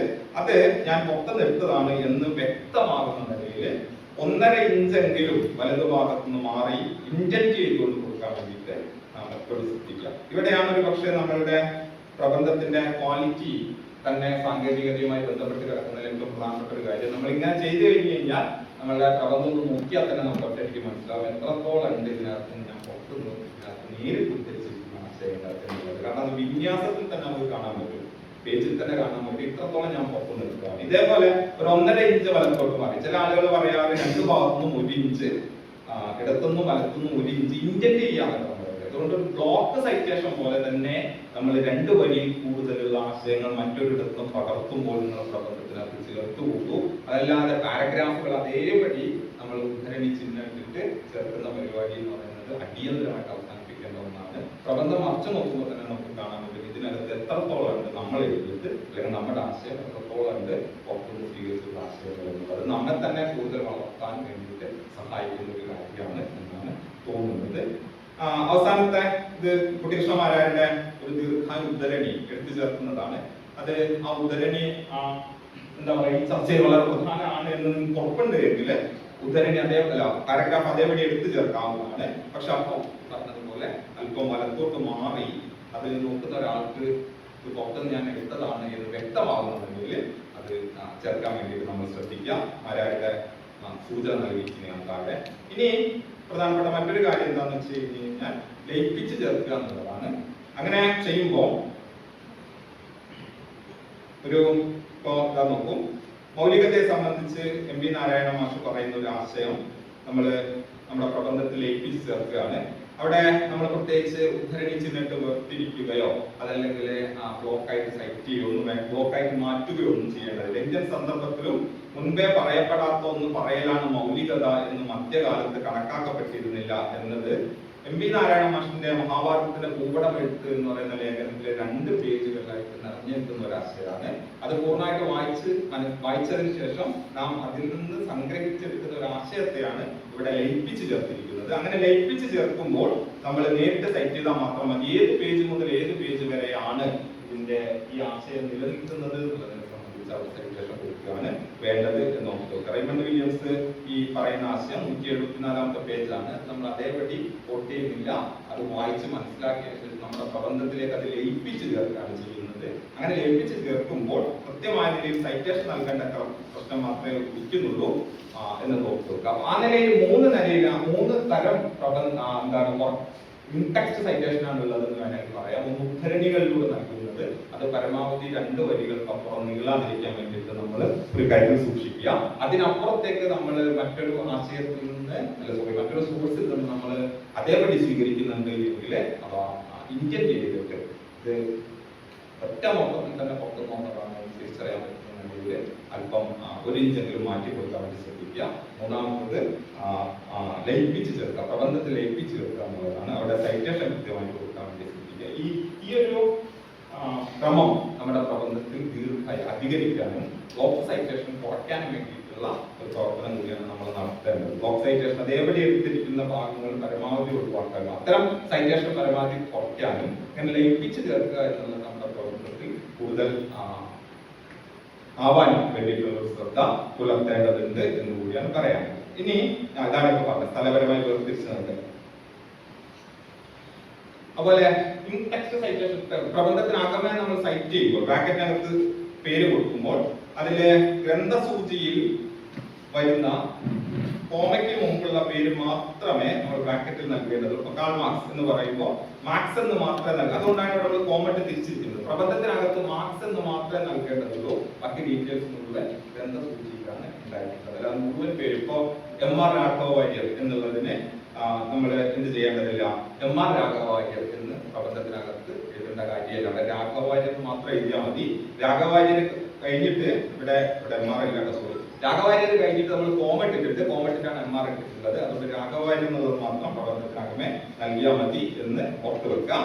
മറ്റൊന്ന് 3-ലധികം കർത്താക്കളുണ്ടെങ്കിൽ മലയാളത്തിൽ നമുക്ക് ഫിലിപ്പോസ് മറ്റുള്ളവരോടൊപ്പം എന്ന നിലയിൽ ഒരു സൈറ്റേഷൻ കൊടുക്കാം. ബാക്കി ഡീറ്റെയിൽസ് മുഴുവൻ ഗ്രന്ഥസൂചിയിൽ കൊടുക്കാൻ വേണ്ടിയിട്ടും കൊടുത്താൽ മതി എന്നർത്ഥം.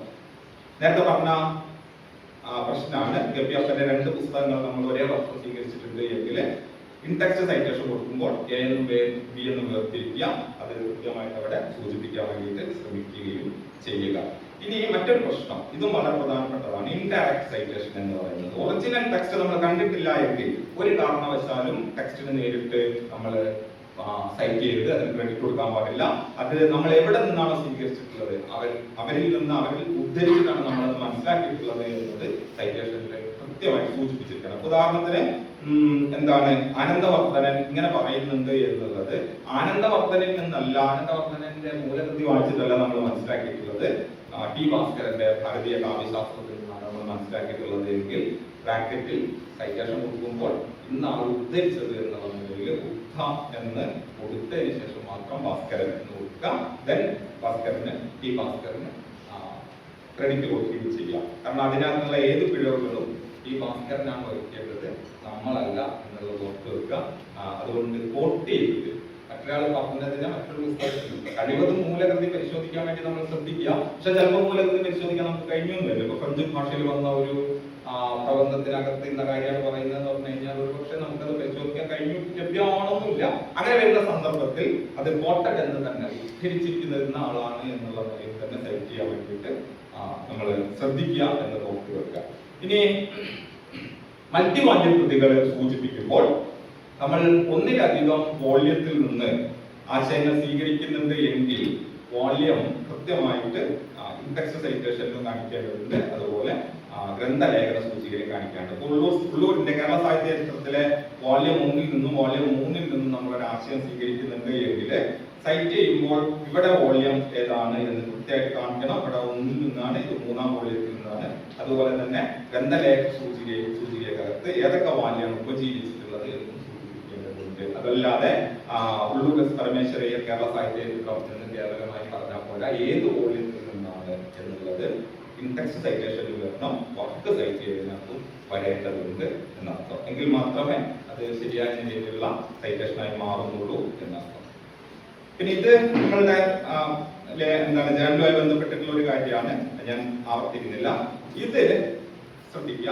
നോവലിൽ നിന്നോ അല്ലെങ്കിൽ ഇതര ഗദ്യ സാഹിത്യ കൃതികളിൽ നിന്നോ ഒക്കെ നമ്മൾ ഉദ്ധരിച്ച് ചേർക്കുമ്പോൾ അവിടെ എങ്ങനെയാണോ അതിന്റെ ടെക്സ്റ്റിൽ വിന്യസിച്ചിരിക്കുന്നത് അതേപടി തന്നെ നമ്മുടെ പ്രബന്ധത്തിനകത്തേക്ക് വിന്യാസം കൊണ്ടുവരും. അതിനിടയിൽ ഇപ്പൊ നോക്കൂ, ഖസാക്കിൽ നിന്ന് നമ്മളൊരു കാര്യം ഇവിടെ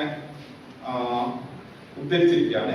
ഖസാക്കിൽ നിന്ന് ഉദ്ധരിക്കുമ്പോൾ ഇവിടെയുള്ള ഈ സ്പേസ് ഇടനില എന്ന് പറയുന്നത് ഖസാക്കിന്റെ ഇതിഹാസത്തിലുള്ള ഇടനിലയാണ്. അത് അതേപടി നിങ്ങളുടെ പ്രബന്ധത്തിനകത്ത് ഉണ്ടാവും. ആ ഇടനില വെട്ടിക്കളയാൻ നമുക്ക് അവകാശമില്ല. കാരണം ആ ഇടനിലക്കോ ആ സ്പേസിനോ ഒക്കെ പല നിലയിലുള്ള അർത്ഥസാധ്യതകൾ ഉണ്ട് എന്നുള്ളതിനാൽ പുസ്തകത്തിൽ എങ്ങനെയാണ് അത് ഈ മറ്റേ എന്താ പറയാ സർഗാത്മക കൃതികളിൽ നിന്ന് നമ്മൾ ഉദ്ധരിക്കുമ്പോൾ പുസ്തകത്തിനകത്ത് എങ്ങനെയാണോ അത് അതേപടി തന്നെ പ്രബന്ധത്തിനകത്ത് കൊണ്ടുവരാൻ വേണ്ടിയിട്ടുള്ള ശ്രദ്ധ ഉണ്ടാവുക എന്നർത്ഥം. ഇനി ഇത് വളരെ പ്രധാനമാണ്. മലയാളത്തിൽ ഒരു പക്ഷേ തീരെ ഇല്ലാത്തൊരു പരിപാടിയാണിത്. നമ്മൾ ഒരു ആശയം അവതരിപ്പിക്കും, പ്രത്യേകിച്ചും ഒരു എതിർപ്പ് നമ്മൾ എന്താ പറയാ നമ്മൾ രൂപീകരിക്കുന്ന ആർഗ്യുമെന്റ് ഏതിനെ ഗണിച്ചുകൊണ്ടാണോ നമ്മൾ രൂപീകരിക്കാൻ ശ്രമിക്കുന്നത്. അപ്പൊ എതിർവാദങ്ങൾ നമ്മൾ അവതരിപ്പിക്കുമ്പോൾ ഏതെങ്കിലും ഒരാളെ സൈറ്റ് ചെയ്തിട്ട് അയാളുടെ ആശയം മാത്രം എടുത്ത് അവസാനിപ്പിക്കുന്ന ഒരു പരിപാടിയാണ് മലയാളത്തിൽ പൊതുവെ കാണുന്നത്. പക്ഷെ ഇംഗ്ലീഷ് പ്രബന്ധങ്ങളിലൊക്കെ നോക്കിയാൽ, പ്രത്യേകിച്ച് സാമൂഹ്യ ശാസ്ത്ര പ്രബന്ധങ്ങളിലൊക്കെ നോക്കിയാല് ഒന്നിലധികം ആശയങ്ങൾ ഒന്നിലധികം ആളുകൾ ഉപജീവിച്ചുകൊണ്ട് അവരെ സൈറ്റ് ചെയ്ത് അവരെ കൗണ്ടർ ചെയ്ത് മുന്നോട്ട് പോകുന്ന രീതി കാണാൻ പറ്റും. അത് നമ്മൾ പിൻപറ്റേണ്ട ഒന്നാണ് നെഞ്ചിൽ പോകുന്നത്. ഇപ്പോ ഹാസ്യം ജനിക്കാനുള്ള കാരണങ്ങളിലൊന്ന് വിരുദ്ധതയാണ് എന്നതിനെ സംബന്ധിച്ച് നമ്മൾ പറയുമ്പോൾ എം പി പോളിനെ മാത്രം നോക്കുക എന്നതുപോലെ എന്നതിനേക്കാൾ പ്രധാനമാണ് മറ്റൊരാളെ കൂടി കേസരി ബാലകൃഷ്ണപിള്ളയെ കൂടി നോക്കുക. കേസരി ബാലകൃഷ്ണപിള്ളയെ എം പി പോൾ ഒരേപോലെ പറയുന്നത്. അപ്പൊ ഇത് രണ്ടുപേരെയും സൈറ്റ് ചെയ്തുകൊണ്ട് മുന്നോട്ട് പോകുക എന്നുള്ളത് നിങ്ങളുടെ പ്രബന്ധത്തെ കൂടുതൽ ബലപ്പെടുത്താൻ നിങ്ങൾ എത്രത്തോളം വർക്ക് ചെയ്തിട്ടുണ്ട് എന്ന് കാണിക്കുന്ന കൂടിയാണ് ഒന്നിലധികം സൈറ്റേഷൻ ഒരേ ആശയത്തിന് വരിക എന്നുള്ളത്. അത് നമ്മൾ എപ്പോഴും ശ്രദ്ധിക്കാൻ വേണ്ടിയിട്ട് എപ്പോഴും ശ്രദ്ധിക്കുക. ഒന്നിലധികം സൈറ്റേഷൻ ഉണ്ടായിരിക്കും. ഒരേ ആശയത്തിന് ഒന്നിലധികം സൈറ്റേഷൻ കൊടുക്കാൻ വേണ്ടിയിട്ടുള്ള ഒരു ശ്രമം എപ്പോഴും നടത്തണം എന്നർത്ഥം. പിന്നെ ഈ അജ്ഞാത കർത്തൃകവുമായി ബന്ധപ്പെട്ടിട്ടുള്ള ഒരു പ്രശ്നമാണ്. അത് പേരാണോ നൽകേണ്ടത്, അജ്ഞാത കർത്തൃകം എന്നതാണോ നൽകേണ്ടത് എന്നതൊരു തർക്ക വിഷയമാണ്. പുസ്തകനാമാണോ നൽകേണ്ടത്, അജ്ഞാത കർത്തൃകമാണോ നൽകേണ്ടത്. MLA ചൂണ്ടിക്കാണിക്കുന്ന അനോണിമസ് എന്ന് നൽകാനാണ്. അങ്ങനെയാണ് നമുക്ക് മലയാളത്തിലും അജ്ഞാത കർത്തൃകം എന്ന് നൽകുന്നതാവും യുക്തി എന്ന് എനിക്ക് തോന്നുന്നു. പുസ്തകത്തിന്റെ നാമം നൽകുന്ന രീതിയും ഇപ്പോൾ പ്രബലമായിട്ട് നിലനിൽക്കുന്നുണ്ട്. ഞാൻ നിങ്ങളുടെ മുമ്പിൽ ഒരു ചർച്ചയ്ക്കായി വെക്കുന്ന ആശയം മാത്രമാണിത്. ക്ലബിൽ നിന്നും നമ്മൾ അങ്ങനെ അധികം സ്വീകരിക്കാറില്ല എന്നുള്ളതുകൊണ്ട് ആ ഭാഗമൊന്നും ഞാൻ പറഞ്ഞ് ഇതിൽ കൂടുതൽ നിങ്ങളെ ഉറപ്പിക്കുന്നില്ല. ഇതൊക്കെ മുമ്പേ പറഞ്ഞ പോലെ തന്നെ ഇനി ഇത് ഒന്നിലധികം ഒരേ പേരുകാർ ഒന്നിലധികം ഗ്രന്ഥലേഖന സൂചിയിൽ വരുന്നുണ്ടെങ്കിൽ ഇൻടെക്സ്റ്റ് സൈറ്റേഷനിൽ നിങ്ങൾ അവരുടെ ഇനീഷ്യൽ കൂടി നൽകണം. അപ്പൊ KC നാരായണൻ KC എന്ന് നൽകേണ്ടതില്ല എന്ന് നാരായണൻ എന്ന് മാത്രം നൽകിയാൽ മതി എന്നുമാണ് ഞാൻ തുടക്കത്തിൽ പറഞ്ഞത്. കാരണം ഫോമറ്റ് തിരിക്കുന്നുണ്ട് എന്നുള്ളതുകൊണ്ട്. പക്ഷെ ഗ്രന്ഥലേഖന സൂചിയിൽ KC നാരായണനും MP നാരായണനും വരുന്നുണ്ടെങ്കിൽ ഇതിനകത്ത് നാരായണൻ KC എന്നും ഇൻടെക്സ്റ്റ് സൈറ്റേഷനിൽ നാരായണൻ MP എന്നും തന്നെ സൂചിപ്പിക്കാൻ വേണ്ടിയിട്ട് നമ്മൾ ശ്രദ്ധിക്കണം. അല്ലാത്ത പക്ഷം അവ തമ്മിലുള്ള ബന്ധം നിലനിൽക്കില്ല എന്ന് നോക്കുക. രണ്ടുപേര് കാര്യം നിങ്ങളുടെ ഗ്രന്ഥലേഖന സൂചി ഒരേ പേരുകാർ രണ്ടുപേര് ഉണ്ടെങ്കിൽ ഇൻടെക്സ്റ്റ് സൈറ്റേഷനകത്ത് ഇവരാരൊക്കെയാണെന്നുള്ള ഇനീഷ്യലൊക്കെ സൂചിപ്പിക്കാൻ വേണ്ടിയിട്ട് ശ്രദ്ധിക്കുക. ഇതൊക്കെ ഞാൻ സ്കിപ്പ് ചെയ്തു പോകുന്നു. ഇത് പ്രധാനമാണ്. ഉദ്ധരണികൾ തിരുത്തൽ വരുത്തേണ്ട ഒരു സാഹചര്യം വന്നാൽ എന്ത് ചെയ്യും എന്നുള്ളത് അതുകൂടി ഒന്ന് ശ്രദ്ധിക്കുക. അക്ഷരപിശകുകളാണ് നമ്മുടെ ശ്രദ്ധയിൽപ്പെട്ടതെങ്കിൽ ഒരു കാരണവശാലും ഉദ്ധരണികളിൽ നമ്മൾ നേരിട്ട് തിരുത്താനേ പാടില്ല. മറിച്ച് തിരുത്ത് വരുത്തിയത് ഞാനാണ് എന്ന് വ്യക്തമാകുന്ന നിലയിലായിരിക്കണം തിരുത്തി വെക്കേണ്ടത്. അതല്ലാതെ തിരുത്തി നമ്മൾ ചേർക്കാൻ പാടില്ല. അക്ഷരപിശകാണ് നമ്മളുടെ ശ്രദ്ധയിൽപ്പെടുന്നത് എങ്കിൽ അത് എല്ലാവരും ബ്രാക്കറ്റിൽ നോക്കൂ. ഇതൊരു ഭാഗം കടാങ്കോട്ട് പ്രഭാകരൻ എന്ന് പറയുന്ന ആളുടെ പുസ്തകത്തിൽ ഒരു ഭാഗം എടുത്തു ചേർക്കുമ്പോൾ അവിടെ ഒരു അക്ഷരപിശക് നമ്മൾ ശ്രദ്ധയിൽ വരുന്നു. വർത്തിക്കൽ എന്നാണ് എഴുതിയിട്ടുള്ളത്. വിവർത്തകൻ എന്നതിനാവാം എന്ന് നമ്മൾ കരുതുന്നു. പക്ഷെ ഇത് തിരുത്തിയിട്ട് വിവർത്തകൻ എന്നൊരു കാരണവശാലും നമ്മൾ ചേർക്കരുത്. പക്ഷെ അത് തിരുത്തേണ്ടതുണ്ട്. അതുകൊണ്ട് നമ്മളവിടെ ബ്രാക്കറ്റിൽ തിരുത്തിയത് എന്താണ് എന്നുള്ളത് ചേർക്കാം. സ്വന്തം രീതിയിൽ നമ്മൾ തിരുത്തരുത്, സ്വയമായി തിരുത്തരുത്. കുറച്ച് ഉദ്ധരിച്ച് ചേർത്തതിന് ശേഷം ബ്രാക്കറ്റില് ഇതായിരിക്കാം ശരിയായിരിക്കും എന്നത്. മറ്റൊന്ന് ഈ പറഞ്ഞതുപോലെ മുൻവാചകങ്ങളിലാണ് വിശേഷിച്ചുള്ളത് എങ്കിൽ നമ്മൾ ഉദ്ധരിച്ച് ചേർക്കുന്ന ഭാഗത്തിൽ എന്തിനെയാണ് വിശേഷിപ്പിക്കുന്നത് എന്നുള്ളത് വ്യക്തമല്ല എങ്കിൽ അതും ബ്രാക്കറ്റിൽ നൽകാൻ വേണ്ടി ശ്രമിക്കും. ഉദാഹരണത്തിന് PP രവീന്ദ്രന്റെ മുൻമോനിയെ കുറിച്ചുള്ള പഠനത്തിനകത്ത് നിന്ന് ഒരാശയം നമ്മൾ എടുക്കുന്നുള്ളൂ. ആദ്യ പതിപ്പ് പ്രസിദ്ധീകരിച്ചതിന് ശേഷമുള്ള ഏകദേശം 1 നൂറ്റാണ്ട് കാലം ഈ കൃതി വിസ്മൃതമായി പോയതിന്റെ കാരണവും മറ്റൊന്നല്ല. ഇത് അതേപടി നമ്മൾ കൂട്ടിയാണ് ചെയ്തിട്ടുള്ളത്. അവിടെ മാറ്റങ്ങളൊന്നും നമുക്ക് വരുത്താനുള്ള അവകാശമല്ല. പക്ഷേ ഈ കൃതി എന്ന് പറയുമ്പോൾ അവ്യക്തത നിലനിൽക്കാൻ സാധ്യതയുണ്ട്. അതുകൊണ്ട് ബ്രാക്കറ്റിൽ ഇന്ന കൃതിയെയാണ്, അത് ബ്രാക്കറ്റിൽ ഇന്ന കൃതിയെയാണ് നമ്മൾ സൂചിപ്പിക്കാൻ വേണ്ടിയിട്ട് ശ്രമിക്കുക. ഇനി വസ്തുതാപരമായ സംശയങ്ങളാണ് നിങ്ങളുടെ ഇതിൽ പെട്ടത് എങ്കിൽ, അത് ശരിയാണോ എന്നതിനെ കുറിച്ചുള്ള സംശയമാണ് പെട്ടത് എങ്കിൽ, വസ്തുതാപരമായി തെറ്റല്ലേ അത് എന്ന സംശയമാണ് പെട്ടതെങ്കിൽ അതിലും നേരിട്ടൊരു പിഴവും വരുത്തരുത്, ഒരു തിരുത്തും വരുത്തരുത്. മറിച്ച് അവ കുറിപ്പായിട്ട് നൽകാൻ വേണ്ടിയിട്ട് ശ്രദ്ധിക്കുക. ഉദാഹരണത്തിന് ഉള്ളൂരിന്റെ ഒരു പ്രബന്ധത്തിൽ നിന്ന് എന്താണ് മഹീപതേ ഭാഗവതോപമാനം എന്ന് ആരംഭിക്കുന്ന ശ്ലോകം ഇരേമൻ നമ്പിയുടേതാണ് എന്നാണ് ഉള്ളൂർ നൽകുന്നത്. അത് രാമൂർത്തി വാര്യരുടേതാണ് എന്ന നിലയിലാണ് നമുക്ക് കുറച്ചുകൂടി പരിചിതം. ഒരു പക്ഷേ അതായിരിക്കും ഇക്കാല ചർച്ചയിൽ ആധികാരികമായി ഓർപ്പിക്കപ്പെട്ടിട്ടുള്ളത്. അതുകൊണ്ട് നമ്മൾ ഉള്ളൂരിനെ തിരുത്തുന്നില്ല. പക്ഷേ ഈ പ്രശ്നം നിലനിൽക്കുന്നതിനാൽ തന്നെ നമ്മളത് നോക്കിയിട്ടുണ്ട് എന്നതിനാൽ നമ്മൾ അവിടെ നോട്ട് കൊടുക്കുകയും എന്നോട്ടായിട്ട് അത് സൂചിപ്പിക്കുകയും ചെയ്യുക. കുറിപ്പ് കൊടുക്കേണ്ട ക്രമമാണ്. കുറിപ്പ് കൊടുക്കുമ്പോൾ എല്ലായ്പ്പോഴും പ്രബന്ധ ശരീരത്തിൽ നമ്മൾ കൊടുത്ത ഫോൺ സൈസിൽ നിന്ന് മുമ്പ് കുറയ്ക്കാം. ഫോൺ സൈസ് 12 പ്രബന്ധ ശരീരത്തിൽ ഉപയോഗിക്കുന്നതെങ്കിൽ കുറിപ്പ് 11 എന്ന ഫോൺ സൈസിലേക്ക് മാറ്റാം. നേരത്തെ പറഞ്ഞ പോലെ അല്പം ഇൻജന്റ് ചെയ്ത് മാറ്റിയിട്ട് കുറിപ്പ് നൽകാൻ വേണ്ടി ശ്രമിക്കുക. വസ്തുതാപരമായിട്ടുള്ള ഏത് തിരുത്തിനും കുറിപ്പ് നൽകുക. കുറിപ്പ് നൽകുകയും കുറിപ്പിൽ സൈറ്റേഷൻ കൃത്യമായി കൊടുക്കുകയും ചെയ്യുക എന്ന് നോക്കുക. ഇനി മറ്റൊരു കാര്യം കുറിപ്പുമായി ബന്ധപ്പെട്ട് പറയാനുള്ളത്, കുറിപ്പ് എപ്പോഴാണ് നമ്മൾ കൊടുക്കേണ്ടി വരുന്നത്? എന്നോട്ട് ഉദ്ധരണികൾ അതേപടി എന്നോട്ടായിട്ട് നിൽക്കില്ല. ചിലപ്പോൾ നമ്മൾ ചെയ്യാറുള്ള ഒരു കാര്യം എന്താണെന്ന് വെച്ച് കഴിഞ്ഞാൽ ഉദ്ധരണികൾ അതേപടി കുറിപ്പായിട്ട് കൊടുക്കും. ഉദ്ധരണികൾ കുറിപ്പായിട്ട് കൊടുക്കാൻ പാടുള്ള കാര്യമല്ല.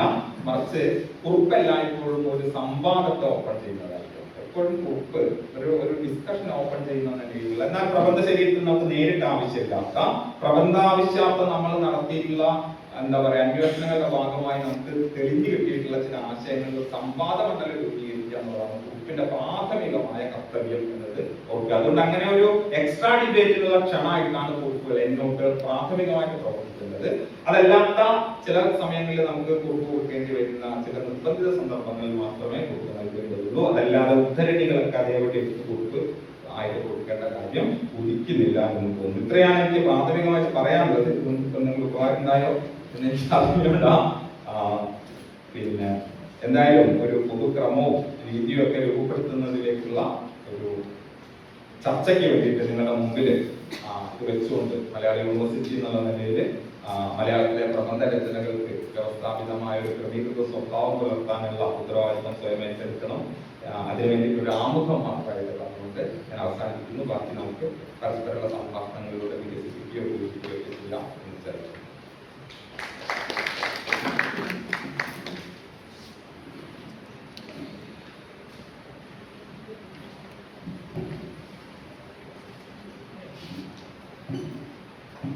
വളരെ ചെറിയ സമയത്തിനകത്ത് പ്രബന്ധരചന എന്ന് പറയുന്ന വലിയ കാര്യത്തെ പരമാവധി ലളിതമാക്കി അവതരിപ്പിക്കാൻ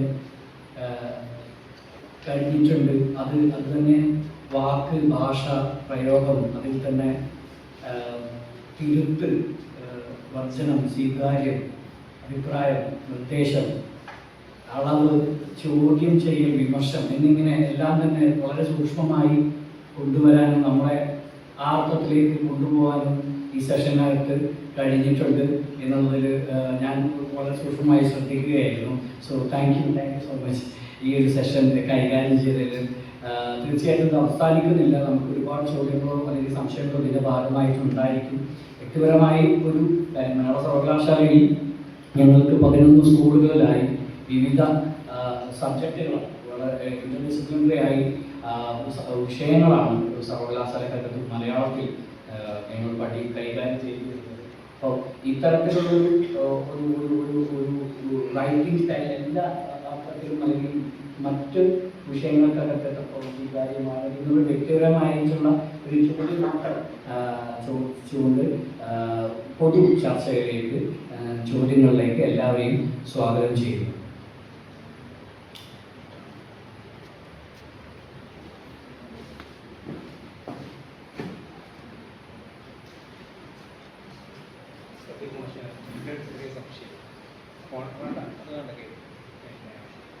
നമ്മൾ പിന്നെ ഒരു പ്രബന്ധം എഴുതിക്കൊണ്ടിരിക്കുന്നു. ഒരു വിഷയത്തിൻ്റെ ഗുണദോഷങ്ങളെ കുറിച്ച് എഴുതുകയാണെന്ന് നമ്മൾ മുൻപ് വായിച്ച പല ലേഖന പ്രബന്ധങ്ങളിലോ പുസ്തകങ്ങളിലോ ചില ഗുണങ്ങളെയൊക്കെ പുസ്തകത്തിൽ വായിച്ചെടുത്തിട്ടുണ്ട്, മറ്റു ചില ഗുണങ്ങളെ വേറെ പുസ്തകത്തിൽ വായിച്ചെടുത്തിട്ടുണ്ട്. നമ്മുടേതായിട്ടുള്ള ചില ഗുണവിചാരങ്ങളുണ്ട്.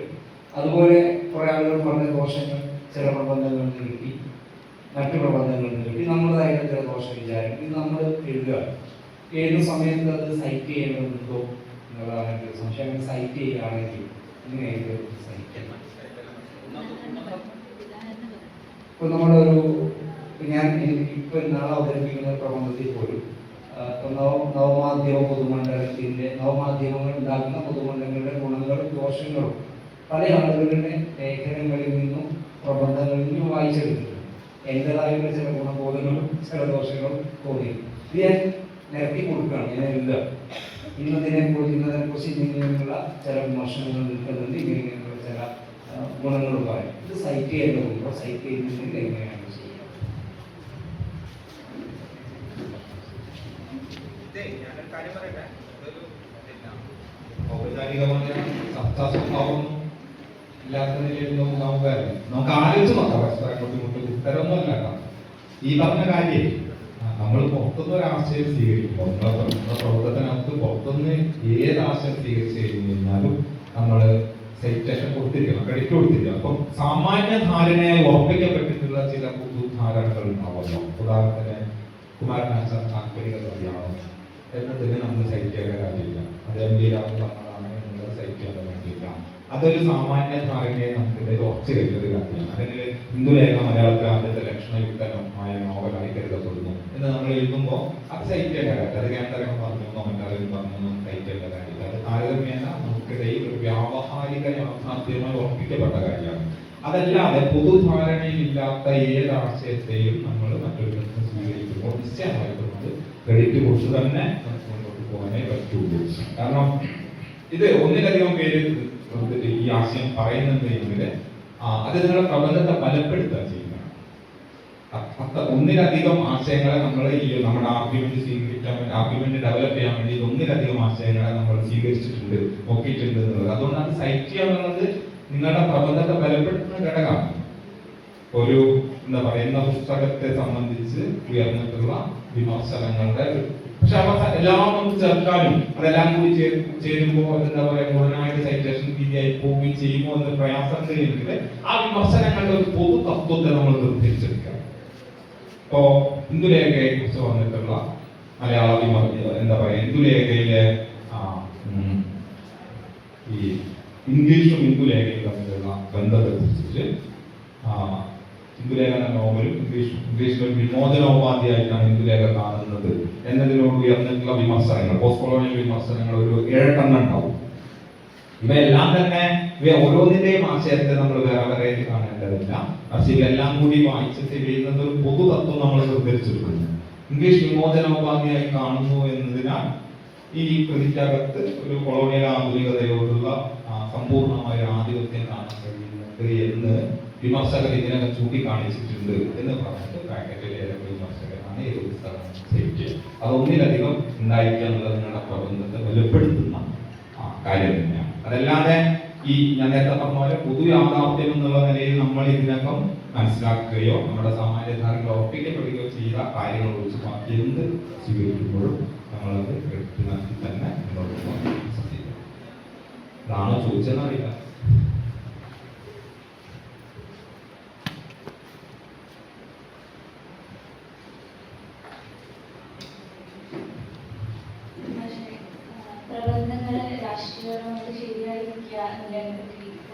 കൃഷ്ണൊക്കെ പല ചർച്ചകളും കണ്ടിട്ടുണ്ട്. അപ്പൊ നമ്മൾ ഈ ഉത്തരവികൾ തിരുത്തുന്നതിനെ പറ്റി പറഞ്ഞില്ലേ, അപ്പോൾ നല്ലൊരു പ്രസന്റേഷൻ കേട്ട ഒരു കാര്യമാണ്. പ്രബന്ധത്തിൽ നമ്മൾ ഇപ്പോൾ സൈറ്റ് ചെയ്തൊരു കാര്യമായിരിക്കും, അതിൽ വേശ്യ എന്നുള്ളതോ അല്ലെങ്കിൽ ഇപ്പോൾ അധസ്ഥിതൻ അങ്ങനെയുള്ള പദങ്ങൾ സൈറ്റ് ചെയ്തതാണ്. പക്ഷെ അത് ഉപയോഗിക്കുന്നത് നമ്മുടെ പ്രബന്ധത്തിൽ അത് പാടില്ല, പൊളിറ്റിക്കലി ശരിയല്ല എന്നതായിരിക്കും. അപ്പോൾ ആ രീതിയിലുള്ള ഒരു തിരുത്തൽ സൈറ്റ് ചെയ്യുന്ന ഉദാഹരണങ്ങളിൽ വേണോ എന്നുള്ളത് എനിക്കത് തോന്നുന്നത് അത് നമ്മളൊരു താമസം ചെയ്യരുത് എന്ന് തന്നെയാണ്. അവിടെ നോട്ട് വേണമെങ്കിൽ നമുക്ക് കൊടുക്കാം. അതായത് ഈ പ്രബന്ധത്തിന്റെ ഈ പൊസിഷനോട് ഞാൻ യോജിക്കുന്നില്ല എന്ന് നമുക്ക് അവിടെ നോട്ട് കൊടുക്കാം. പക്ഷെ ഉദ്ധരണി, നിങ്ങൾ ഉദ്ധരണി എടുത്ത് ചേർത്തുമ്പോൾ നമ്മൾ തിരുത്തു വരുത്താനുള്ളത് ശരിയല്ല എന്നാണ് ഞാൻ വിശ്വസിക്കുന്നത്. കാരണം എന്താണെന്ന് വെച്ച് കഴിഞ്ഞാൽ ഇതിന്റെ ഒരു പരിണാമ ചരിത്രം കാണും. പറഞ്ഞതുപോലെ ലൈംഗിക തൊഴിലാളി എന്ന് നമ്മൾ ഇന്ന് വിശേഷിപ്പിക്കുന്ന ഒരു പദത്തിനൊരു പരിണാമ ചരിത്രമുണ്ട്. ആ പരിണാമ ചരിത്രം എന്ന് പറയുന്നത് പൊളിറ്റിക്സും കൂടി ചേർത്താണ്. നമ്മുടെ രാഷ്ട്രീയ ബോധ്യത്തിന്റെ വികാസം കൂടിയാണ് ഇതിന്റെ പരിണാമ ചരിത്രം. അതിനാൽ എന്താ പറയാ, 100 വർഷം മുമ്പുള്ള ഒരു കൃതിക്കകത്ത് വേശ്യ എന്നാണ് സൂചിപ്പിച്ചിട്ടുള്ളത് എങ്കിൽ അത് അതേപടി തന്നെ സ്വീകരിക്കണം ടെക്സ്റ്റിനകത്ത്. അത് പക്ഷെ നമുക്ക് വേണമെങ്കിൽ ഒരു കുറിപ്പായിട്ട് ഞാൻ ഈ പൊസിഷൻ ഞാൻ എടുക്കുന്നില്ല എന്നുള്ളത് നിങ്ങൾക്ക് നിങ്ങളുടെ പൊസിഷൻ വ്യക്തമാക്കാവുന്നതാണ്. അത് നിങ്ങളുടെ പ്രബന്ധത്തിന്റെ പൊളിറ്റിക്കൽ കറക്റ്റ്നസുമായിട്ട് ബന്ധപ്പെട്ട് കിടക്കുന്ന കാര്യമേ ആണെന്ന് നമുക്ക് കരുതാൻ പറ്റുള്ളൂ. അങ്ങനെ ഒരു ചോദ്യം വന്നു കഴിഞ്ഞാൽ ഈസി നമുക്ക് ഡിഫൈൻ ചെയ്യാൻ പറ്റും ആൾക്കാരെ. അതുകൊണ്ടാണ് നമ്മൾ സൈറ്റ് ചെയ്തിരിക്കുന്നത്. അത് ഞാൻ ഉപയോഗിക്കുന്നതല്ല. ആ പദത്തോട് എനിക്ക് വ്യക്തിപരമായ എന്റെ രാഷ്ട്രീയ ബോധ്യത്തെ മുൻനിർത്തി ഞാൻ അത് ഹോൾഡ് ചെയ്യുന്നില്ല. അതുകൊണ്ടാണ് ഞാൻ അത് സൈറ്റ് ചെയ്തിരിക്കുന്നത് എന്നുള്ളത് നമുക്ക് പറയാം. ഇനിയും വ്യക്തമല്ലായെങ്കിൽ നമുക്ക് അവിടെ ഒരു കുറിപ്പ് കൊടുക്കും. ഈ പദം ഇങ്ങനെ പരിഗണിച്ച് വന്നിട്ടുണ്ട്, ഇന്ന് സാമാന്യമായിട്ട് ഇങ്ങനെയാണ് ഈ പദം ഉപയോഗിക്കുന്നത് എന്നുള്ളത്. അതാണ് നന്നാവാൻ തോന്നുന്നു. അതല്ലാത്ത പക്ഷം ഇപ്പൊ എന്താണെന്ന് ഇപ്പൊ ഞാൻ കണ്ണൂർ കോട്ട എന്ന് പറയുന്ന കടമ്മനിട്ടയുടെ കവിത, കണ്ണൂർ കോട്ട എന്ന് പറയുന്ന കടമ്മനിട്ടയുടെ കവിതയ്ക്കകത്ത് ആവർത്തിക്കപ്പെടുന്ന ഒരു ജുഗുപ്സാവഹമായ ഒരു ബിംബം എന്താണെന്ന് വെച്ച് കഴിഞ്ഞാൽ കോട്ടയ്ക്കകത്ത് വെച്ച് എന്താണ് രതി ഏർപ്പെടുന്ന സ്വർഗഭോഗത്തിൽ ഏർപ്പെടുന്ന 2 ആളുകൾ. കണ്ണൂർ കോട്ടയിൽ വെച്ച് സ്വർഗഭോഗത്തിൽ ഏർപ്പെടുന്ന 2 ആളുകൾ എന്ന് പറയുന്നത് ഒരുതരം ജുഗുപ്സ ബിംബമായിട്ടാണ് കവിതയിൽ ഉടനീളം വരുന്നത്. അടിയന്തരാവസ്ഥ കാലത്ത് എഴുതപ്പെട്ട കവിതയാണ്. അടിയന്തരാവസ്ഥയുടെ സൂചനകളായിട്ട് ഇതൊക്കെ അതിനകത്ത് കാണില്ല. ഈ സ്വർഗഭോഗം അതെന്തോ വെറുക്കപ്പെട്ട ഒരു സംഗതിയായിട്ടാണ് കണ്ണൂർ കോട്ടയ്ക്കകത്തുള്ള നമുക്ക് ആ കവിത ഉദ്ധരിക്കാനേ പറ്റില്ല. അതുകൊണ്ട് അത് നമ്മളുടെ മറ്റൊരു ക്വസ്റ്റ്യൻ ആണെന്ന് എനിക്ക് തോന്നുന്നില്ല. അങ്ങനെ ഒരു ചോദ്യത്തെ ആ നിലയിൽ മുന്നിൽ ചെയ്താൽ മതി എന്ന് തോന്നുന്നു.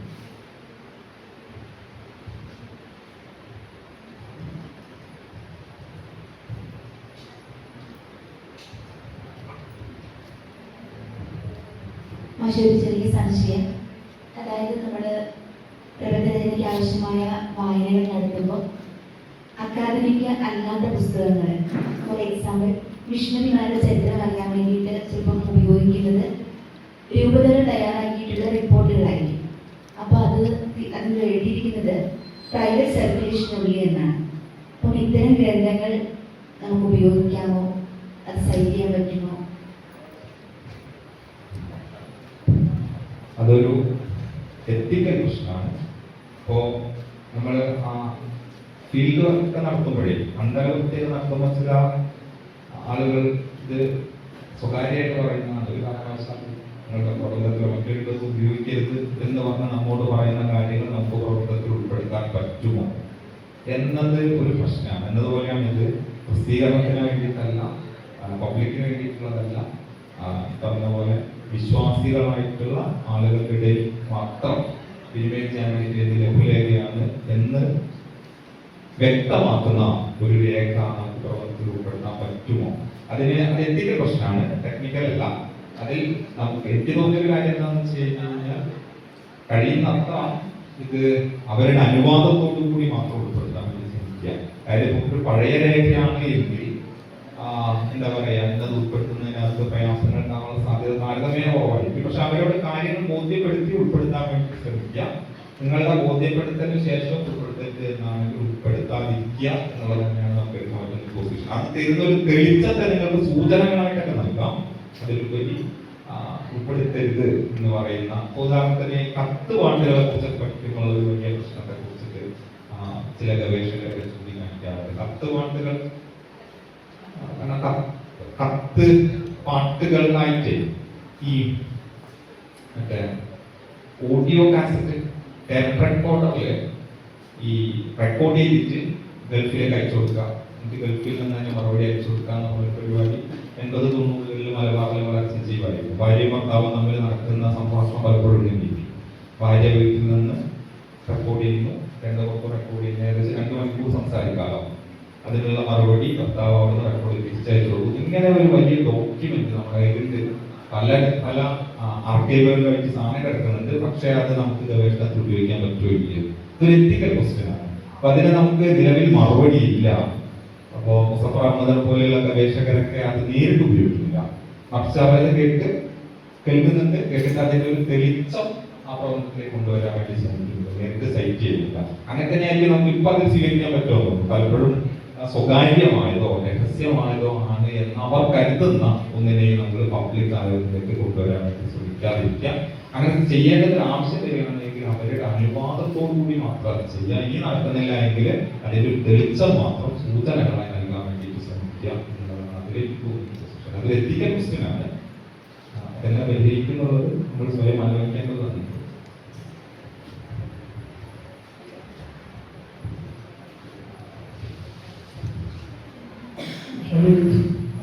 പറഞ്ഞു ഞാൻ കേട്ടിട്ടില്ല, പക്ഷെ എന്നാലും ഒരു സംശയം എനിക്ക് ചോദിക്കുകയാണ്. അപ്പോൾ ഈ ഓവറായിട്ടുള്ള ചരിത്രപരമായിട്ടുള്ള കാര്യം, ഇപ്പം പൊയ്കയിലപ്പച്ചനെ പറ്റി ഞങ്ങളുടെ നാട്ടിൽ ഒരാൾ ഈയിടെ സംസാരിക്കുന്നുണ്ട്. അദ്ദേഹം ഇവിടെ വന്നിട്ടുണ്ട്, ഇവിടെ താമസിച്ചിരുന്നു എന്ന് പറയുന്ന ഒരു ചരിത്രപരമായിട്ട്, പക്ഷെ നമുക്കത് തെളിയിക്കാൻ പറ്റുന്നില്ല. പക്ഷെ ഇങ്ങനെ വരുന്ന ഈ ഇത്തരം കാര്യങ്ങൾ നമ്മൾ റിസർച്ച് ആർട്ടിക്കിൾ അല്ലെങ്കിൽ ഫിസിക്കൽപരമായി ഉപയോഗപ്പെടുത്തുമ്പോൾ ഇപ്പോൾ നാളെ ചോദിക്കാൻ ചിലപ്പോൾ ഞാൻ അങ്ങനെ പറഞ്ഞിട്ടില്ല എന്നും പറയാം. പക്ഷെ ഇങ്ങനെ വരുന്ന സന്ദർഭത്തിൽ എങ്ങനെയാണ് ഇത്തരം കാര്യങ്ങൾ ഈ റിസർച്ച് പരമായിട്ടുള്ള രചന നമുക്ക് വീഡിയോ റെക്കോർഡ് ചെയ്ത് വെക്കാം, അല്ലെങ്കിൽ വീഡിയോ റെക്കോർഡ് ചെയ്യും, പക്ഷെ പ്രബന്ധത്തിനകത്ത് കൊണ്ടുവരും എങ്ങനെ സൈറ്റ് ചെയ്യും അല്ലെങ്കിൽ അത്തരം ഒരു വിഷയം. അത് നമ്മൾ സാധാരണ അവേദന സൂചി നൽകുന്നത് പോലെ നൽകുക എന്നുള്ളതല്ലാതെ മറ്റ് രീതിയിൽ നമ്മുടെ മുമ്പിൽ ഇപ്പൊ നിലവിലില്ലല്ലോ. ഇപ്പൊ വാമൊഴി ചരിത്രം പഠിക്കുമ്പോൾ നമ്മൾ ചെയ്യുന്ന ഒരു കാര്യം എന്ന് പറഞ്ഞു കഴിഞ്ഞാൽ അതേപടി കോട്ട് ചെയ്യാം. ഇപ്പോൾ ഷംസദ് ഹുസൈൻ ടീച്ചർ മലബാർ കലാപത്തിന്റെ വാമൊഴി ചരിത്രം എന്ന തിസിസ് ചെയ്തപ്പോൾ അവർ ചെയ്തെന്താണെന്ന് വെച്ച് കഴിഞ്ഞാൽ പാഠങ്ങൾ റെക്കോർഡ് ചെയ്തെടുത്തു. പാഠങ്ങൾ റെക്കോർഡ് ചെയ്തെടുത്തതിന് ശേഷം അത് പറഞ്ഞ അതേ കഴിവതും ആ ടോണ് പോലും നിലനിർത്താൻ ശ്രമിച്ചുകൊണ്ട് ടെക്സ്റ്റിലേക്ക് മാറ്റാറ്, ടെക്സ്റ്റലൈസേഷൻ അങ്ങനെയാണ് അവർ നടത്തിയിരുന്നത്. അതിലേക്ക് നമുക്ക് സ്വീകരിക്കാൻ പറ്റാൻ തോന്നും. അതിനെ നമ്മളായിട്ട് അതിന്റെ മുകളിൽ ഒരു മോഡിഫിക്കേഷൻ നടത്താതെ അവർ പറഞ്ഞതിനെ അതേപടി ടെക്സ്റ്റലൈസ് ചെയ്യാൻ വേണ്ടി, ടെക്സ്റ്റ് ആക്കി മാറ്റാൻ വേണ്ടി ശ്രമിക്കും. ഇനി നാളെ നിഷേധിക്കപ്പെടുക ചെയ്താലോ എന്നുള്ളതിനെ സംബന്ധിച്ച് നമ്മൾ കുറയിടാവേണ്ട കാര്യമില്ല. നമ്മൾ എഴുതുന്ന തീസിസുകളോ അല്ലെങ്കിൽ പ്രബന്ധങ്ങളോ ഒന്നും അനാദികാലം വരെ നിലനിൽക്കുന്ന ആധികാരികമായ വിജ്ഞാന രൂപങ്ങളെ ആവുന്നില്ല. അങ്ങനെയല്ല, അങ്ങനെയൊന്നും നമ്മൾ കരുതുകയേ വേണ്ട. ഇപ്പോ കഴിഞ്ഞ ഞാൻ പറഞ്ഞില്ല, നടന്ന സെമിനാറിൽ വെച്ചിട്ട് അനിൽ മാഷ് പറഞ്ഞൊരു കാര്യം അതെനിക്ക് ഭയങ്കരമായിട്ട് സ്ട്രൈക്ക് ചെയ്തിട്ടാണ്. അദ്ദേഹം ഈ പറഞ്ഞ പോലെ വൈകുന്നേരം ഒന്ന് ചിരിക്കുമ്പോൾ മാഷ് പറഞ്ഞൊരു കാര്യം എന്താണെന്ന് വെച്ച് കഴിഞ്ഞാൽ ഗവേഷണം എന്ന് പറഞ്ഞു കഴിഞ്ഞാൽ ഒരു പ്രോസസ് പഠിക്കലാണ്. ഒരു പ്രോസസ് പഠിക്കലാണ്. പ്രോസസ്സിലൂടെ കടന്നു പോകുന്നത് മനസ്സിലാക്കൽ മാത്രമാണ് ഗവേഷണം. അതല്ലാതെ നമ്മൾ വിജ്ഞാനം എന്താ പറയുക സ്ഫോടനം നടത്തുകയാണ്, നമ്മൾ ഉണ്ടാക്കുന്ന വിജ്ഞാനം ലോകത്തെ മാറ്റും എന്നൊന്നും നമ്മൾ സ്വയമേവ കരുതേ വേണ്ടല്ല. മറിച്ച് ഒരു പ്രോസസ്സിലൂടെ നമ്മൾ കടന്നു പോകുന്നത്. ആ പ്രോസസ്സ് നമ്മൾ മനസ്സിലാക്കുന്നത് എങ്ങനെയാണ് ഒരു വിഷയത്തെ ഞാൻ നേരത്തെ പറഞ്ഞ പോലെ കൂടുതൽ സങ്കീർണമായ അതിന്റെ ആന്തരിക ഘടനകളെ തെളിച്ചെടുക്കുക എന്നതിന്റെ ഒരു പ്രോസസ്സ് മനസ്സിലാക്കുക എന്നുള്ളതാണ് നമ്മുടെ ഗവേഷണം എന്ന് പറയുന്നത്. അതിനപ്പുറം ആ ഗവേഷണ ഇതിന്റെ ഭാഗമായി ചെയ്യുന്ന വാക്കുകളൊക്കെ എല്ലാ കാലത്തും നിലനിൽക്കുന്നതാവണമെന്നില്ല. അതുകൊണ്ട് നമ്മൾ ഇന്ന് കേട്ട ഒരു എന്താ പറയാ ഒരാളിൽ നിന്ന് നമ്മൾ സ്വീകരിച്ചിരിക്കുന്ന ഒരു വാമൊഴി അയാൾ തന്നെ സ്വയമേവ നാളെ നിഷേധിച്ചേക്കാം. നിഷേധിച്ചതിന്റെ ഒരു പക്ഷേ നമ്മുടെ തീസിസ് പൊളിഞ്ഞു പോകാനുള്ള സാധ്യത ഉണ്ട്. അതിനെ കുറിച്ച് നമ്മൾ പറയേണ്ടാവേണ്ട കാര്യമില്ലാന്ന് തോന്നുന്നു. അങ്ങനെ സംഭവിക്കാൻ എല്ലാ തീസിസിനും സാധ്യതയുണ്ട്. കാരണം നമ്മൾ ഭാഷയിലും സാഹിത്യത്തിലും ഉപയോഗിക്കുന്ന ഈ പ്രാഥമിക ഉപാദാനങ്ങളോ ദ്വിതീയ ഉപാദാനങ്ങളോ ഏതൊക്കെ വേണം പൊളിയാൻ സാധ്യതകളുണ്ട്. കാരണം ഇതൊക്കെ നെഗറ്റീവുകൾ കൂടിയാണല്ലോ. നെഗറ്റീവുകളാണ്. ഇപ്പൊ എഴുത്തച്ഛനെ കുറിച്ച് നമ്മൾ ഒരു വലിയ പ്രബന്ധം ഉണ്ടാക്കി സബ്മിറ്റ് ചെയ്തു.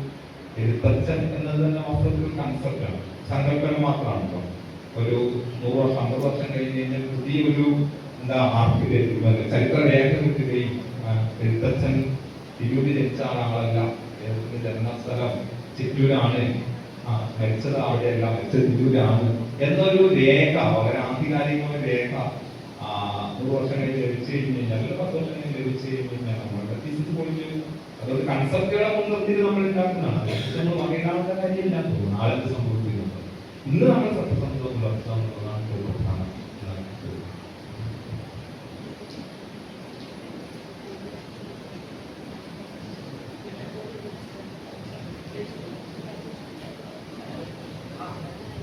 അതിന്റെ ആവശ്യം തോന്നില്ല. ഇപ്പൊ പിന്നെ അനീഷ് പറഞ്ഞത് കൺസെന്റ് ലെറ്റർ വാങ്ങിക്കാലോ, ഞാനിങ്ങനെ പറഞ്ഞിട്ടുണ്ട് എന്താ അത് വേണ്ട, അത് മറിച്ച് അവരോട് നമ്മൾ ചോദിക്കേണ്ടത് നിങ്ങൾ പറഞ്ഞ ആശയത്തെ ഞാൻ പബ്ലിക് ഡോക്യുമെന്റ് ആക്കുന്നത് നിങ്ങൾക്ക് പ്രയാസമൊന്നുമില്ലല്ലോ, ധാർമ്മികമായ പ്രശ്നങ്ങളൊന്നുമില്ലല്ലോ എന്ന ഉറപ്പ് മാത്രം നമ്മൾ വാങ്ങും. നിങ്ങൾ ഇങ്ങനെ പറഞ്ഞിട്ടുണ്ട് എന്ന് നമ്മൾ ഒപ്പിട്ട് വാങ്ങേണ്ട കാര്യമൊന്നുമില്ല. അത് ഒരു തരം ആണല്ലേ. അത് വേണമെന്ന് എനിക്ക് തോന്നുന്നില്ല. തിരികെ ആവശ്യമുണ്ടോ അല്ലേ? നിങ്ങൾ തന്നെ വെച്ചു ഞാനിങ്ങനെ പറഞ്ഞിട്ടുണ്ട്. അങ്ങനെ നമ്മളത് നമ്മുടെ ഒരു പ്രബന്ധത്തെ എല്ലാ കാലത്തിലുള്ള ആധികാരികമായിട്ട് അങ്ങനെ വെക്കണം തോന്നുന്നില്ല. അത് നമ്മുടെ പ്രബന്ധം തകരട്ടെ, അപ്പോഴാണ് മലയാളത്തിലെ വിജ്ഞാനം വികസിക്കുക. നമ്മൾ ഉണ്ടാക്കിയിട്ടുള്ള വാദം 5 കൊല്ലത്തിനകം പോയല്ലേ, അത് തകരട്ടെ. അപ്പോഴല്ലേ നമ്മൾ ഏർപ്പെടുത്തിയ വ്യവഹാരത്തിൽ വൈജ്ഞാനികത വളരുന്നുള്ളൂ. അതുകൊണ്ട് എല്ലാ കാലത്തേക്കും ശരിയായി നിൽക്കാൻ വേണ്ടി സാധനം ഉണ്ടാക്കണം എന്നെല്ലാം തോന്നുന്നു.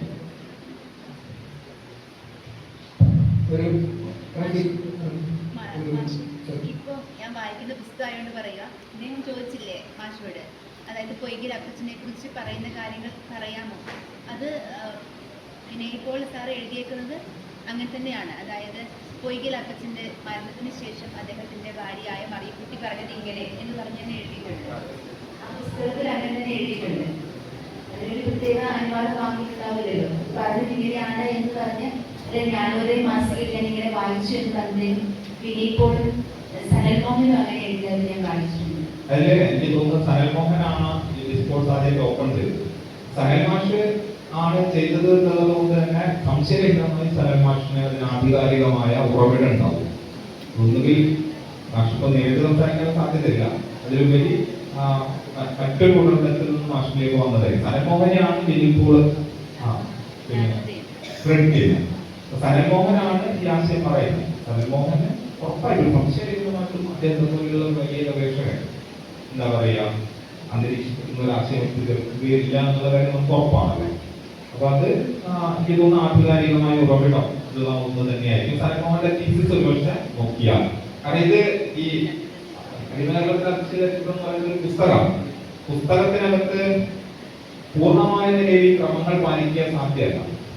നമ്മൾ തീസിസ് പുസ്തകമാക്കുമ്പോൾ കുറെ പണി വീണ്ടും എടുക്കാമല്ലോ. ആ പണിയിൽ ഏറ്റവും പ്രധാനപ്പെട്ടത് ഈ സാങ്കേതികത ഒഴിവാക്കുക എന്നുള്ളതാണ്. സാങ്കേതികതകൾ വായനാസുഖത്തെ ബാധിക്കുന്ന ഒരു കാര്യമാണ്. അതുകൊണ്ട് പുസ്തകം അത്യാവശ്യം വേണ്ട സൈറ്റേഷൻ മാത്രമേ കൊടുക്കുള്ളൂ, ബാക്കിയുള്ളവർക്ക് ഒഴിവാക്കും.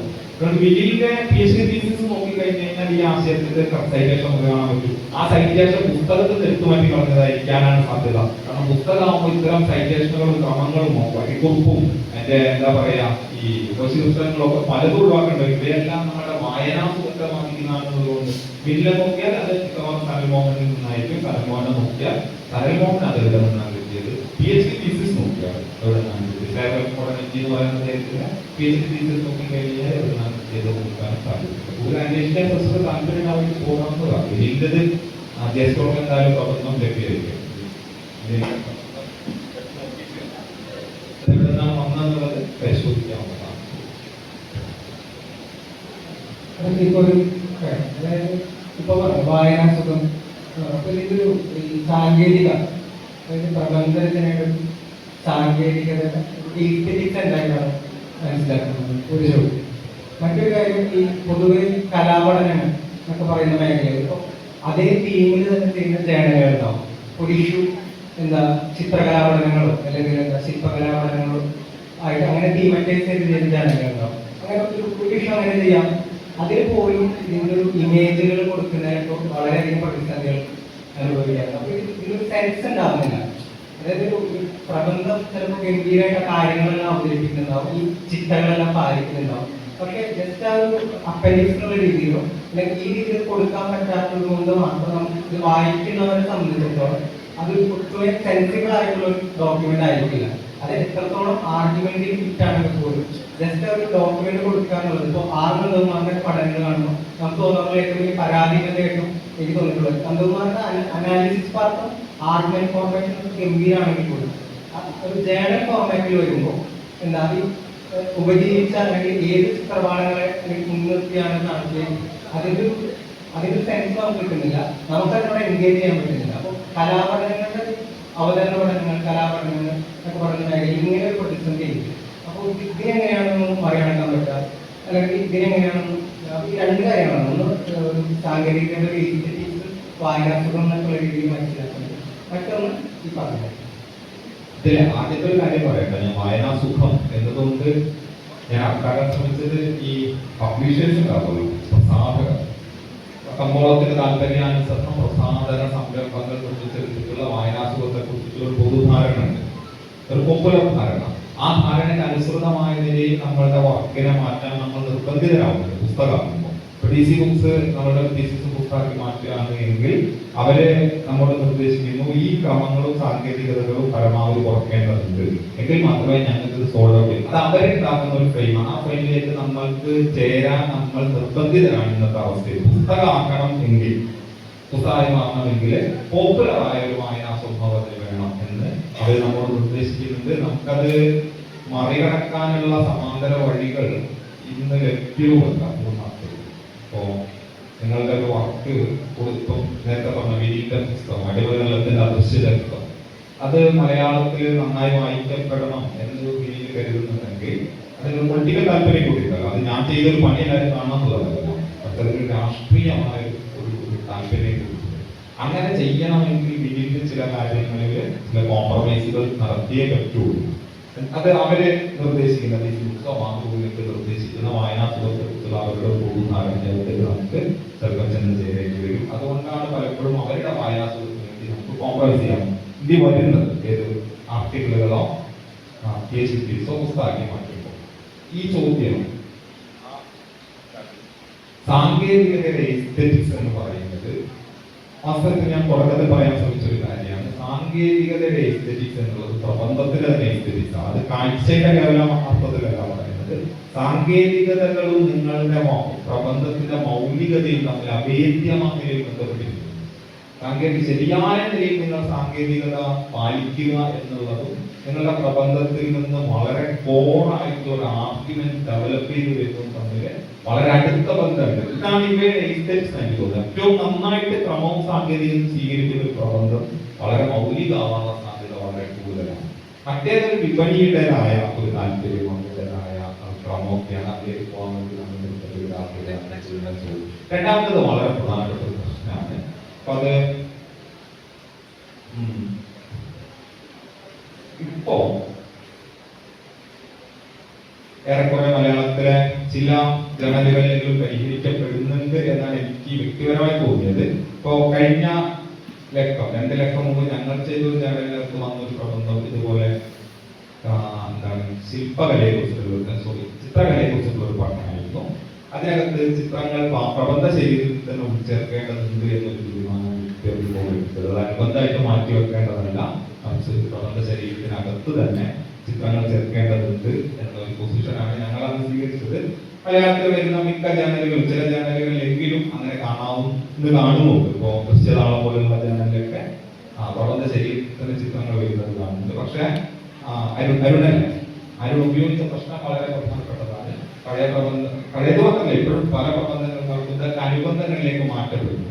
അത് ക്വസ്റ്റ്യൻ ചെയ്യപ്പെടേണ്ടതാണ്, സംശയരഹിതമായിട്ട് അത് പ്രബന്ധ ശരീരത്തിന്റെ ഭാഗമായി മാറേണ്ടതാണെന്നാണ് വ്യക്തിപരമായിട്ട് ഒരു പൊസിഷൻ. അതല്ലാതെ അനുബന്ധങ്ങളിലേക്ക് തള്ളി മാറ്റേണ്ടവരല്ല, അവ കൂടി ചേർന്നിട്ടാണ് നമ്മുടെ ആർഗ്യുമെന്റ് ഡെവലപ്പ് ചെയ്ത് വരുന്നത് എന്നതിനാൽ തന്നെ അത് ടെക്സ്റ്റ് തന്നെയായിട്ട് പരിഹരിക്കപ്പെടേണ്ടതുണ്ട്. അത് അല്ലാതെ എന്താ പറയാ മറ്റൊരു ഡിസ്കോഴ്സ് അല്ല, അത് ടെക്സ്റ്റ് ആണ്. അതൊരു വർക്ക് ഓഫ് ആർട്ട്, അതൊരു ചിത്രകലയാവാം, ഒരു ശില്പകലയാവാം. അത് നമ്മുടെ പ്രബന്ധത്തിൽ ടെക്സ്റ്റ് തന്നെയാണ് എന്ന് നമ്മൾ ആർഗ്യൂ ചെയ്യാൻ വേണ്ടിയിട്ട് പരമാവധി ശ്രമിക്കുക. അത് അനുബന്ധമല്ല എന്ന് ഉള്ളൊരു പൊസിഷൻ നമ്മൾ സ്വീകരിക്കാൻ വേണ്ടിയിട്ട് ശ്രമിക്കുക. പിന്നെ ഇതൊക്കെ എല്ലായ്പ്പോഴും വിജയിച്ചു കൊള്ളണമെന്ന് നിർബന്ധമൊന്നുമില്ല. എഡിറ്റോറിയൽ ബോർഡുകളുടെയോ ഇതൊക്കെ പറയുന്നത് പോലെ അതായത് യൂണിവേഴ്സിറ്റികളുടെ എന്താണ് ഗൈഡുമാരുടെയോ അല്ലെങ്കിൽ ഈ റിസർച്ച് കമ്മിറ്റിയുടെയോ ഒക്കെ സമ്മർദ്ദങ്ങൾക്ക് അടിപ്പെട്ടിട്ട് നമുക്ക് ചിലപ്പോൾ ഇത് കോംപ്രമൈസ് ചെയ്യേണ്ടി വന്നേക്കും. പക്ഷെ ബേസിക് പൊസിഷൻ നമ്മൾ അങ്ങനെ എടുക്കുക എന്നുള്ളതാണ് എനിക്കത് പൊതുവെ തോന്നുന്നത്. ഇത് അനുബന്ധമല്ല, ഇതൊന്നും അനുബന്ധമല്ല. അതേസമയം അനുബന്ധമാക്കേണ്ട പലതും ഉണ്ടാവും. പ്രബന്ധത്തെ എന്താ പറയാ കുറച്ചുകൂടി ബലപ്പെടുത്തുന്നതായ കാര്യങ്ങളാണ് നേരത്തെ കുറിപ്പ് നൽകുന്നത് പോലെ. പ്രബന്ധത്തെ ബലപ്പെടുത്തുന്ന കാര്യങ്ങൾ നമുക്ക് അനുബന്ധത്തിലാക്കാം. പക്ഷെ പ്രബന്ധത്തിൽ നിർബന്ധിതമായി ടെക്സ്റ്റ് പോലെ നമ്മൾ ഉപയോഗിക്കുന്നതെല്ലാം തന്നെ പ്രബന്ധത്തിനകമേ തന്നെ നൽകുന്നതാവും കരണീയം എന്നാണ് എനിക്ക് തോന്നുന്നത് വ്യക്തിപരമായി. അത് വിജയിക്കണമെന്നില്ല പറഞ്ഞതുപോലെ നിരന്തരമായ QR കോഡ് ഉപയോഗിച്ചിട്ട് ഇത് ചെയ്യാനുള്ളതൊക്കെ അല്ല, അത്തരം സാങ്കേതികതകൾ അതൊക്കെ ഒരു സാധ്യതയാണ് ചെയ്യാൻ. അത്തരം സാധ്യതകളൊക്കെ നിങ്ങൾ ഉയർത്തിക്കൊണ്ടുവരുന്നതാണ്.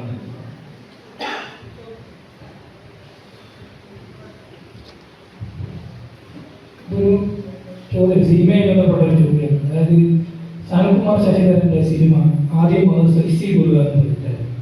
സെക്സി ദുർഗ ആ സിനിമയുടെ പേര്. പിന്നെ അത് എസ് ദുർഗയായിട്ട് നമ്മളെ സിനിമ പരിഗണിക്കുമ്പോൾ ഇതിലേത് പേരാണ് സെക്സി കുറുകയെന്ന് കൊടുക്കണോ എസ് കുറുകയെന്ന് കൊടുക്കണം ഈ പ്രബന്ധത്തിൽ ഉപയോഗിക്കും. അതിന്റെ ഒഫീഷ്യൽ പേര് കൊടുക്കാൻ പറ്റുള്ളൂ. രണ്ടും ഒഫീഷ്യലായിരുന്നു. ഒന്ന് സെക്സി കുറുക എന്നുള്ളത് ഫിലിം ഫെസ്റ്റിവൽ കളിച്ചതാണ് ഈ ഫസ്റ്റ്.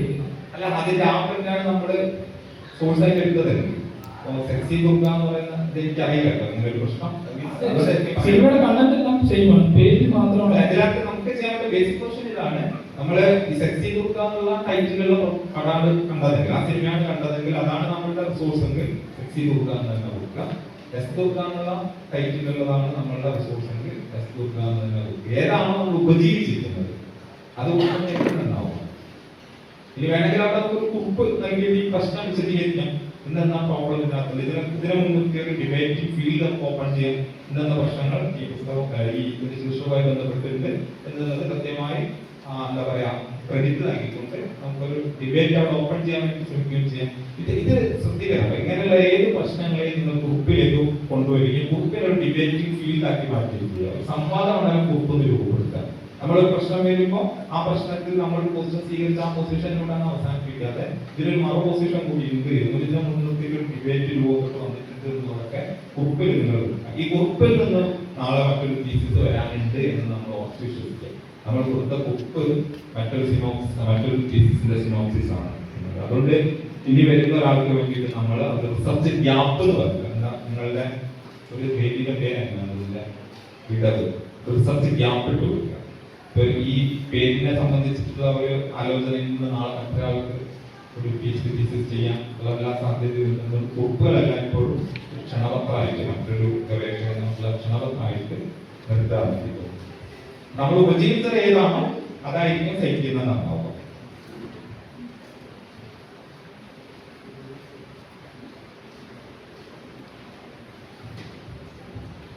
മറ്റെന്തെങ്കിലും ചോദ്യങ്ങൾ, കമന്റുകളോ?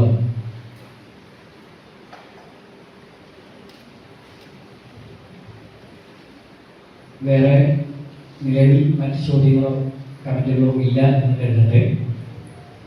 വളരെ വ്യക്തിപരമായി വളരെ സന്തോഷമുണ്ട്. കാര്യം നമ്മുടെ സെമിനാറിൻ്റെ ആദ്യ ദിവസം അതിൻ്റെ അക്കാദമിക് സെഷൻ ഇവിടെ അവസാനിക്കുന്നു.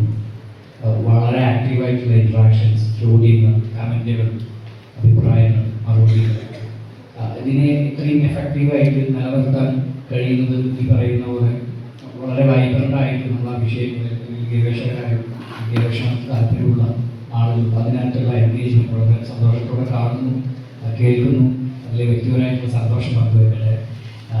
ഈ ഒരു സെഷൻ പങ്കെടുത്ത് അതിനകത്ത് അക്കാദമിയുടെ രചനയുമായി ബന്ധപ്പെട്ട് സംസാരിച്ചത് റഫീഖിനടുത്തുള്ള സ്നേഹവും അതുപോലെ തന്നെ ചോദ്യങ്ങൾ ചോദിച്ചവരോടും കേട്ടവരോടും അധ്യാപകർ ഉൾപ്പെടെയുള്ള സർവകലാശാല സമൂഹത്തോടും നിങ്ങളുടെ സ്നേഹം പങ്കുവെച്ചുകൊണ്ട് നമുക്ക് ഈ സെഷൻ താൽക്കാലികമായി ഇവിടെ അവസാനിപ്പിക്കാം. എനിക്ക് താങ്ക് യു സോ മച്ച്.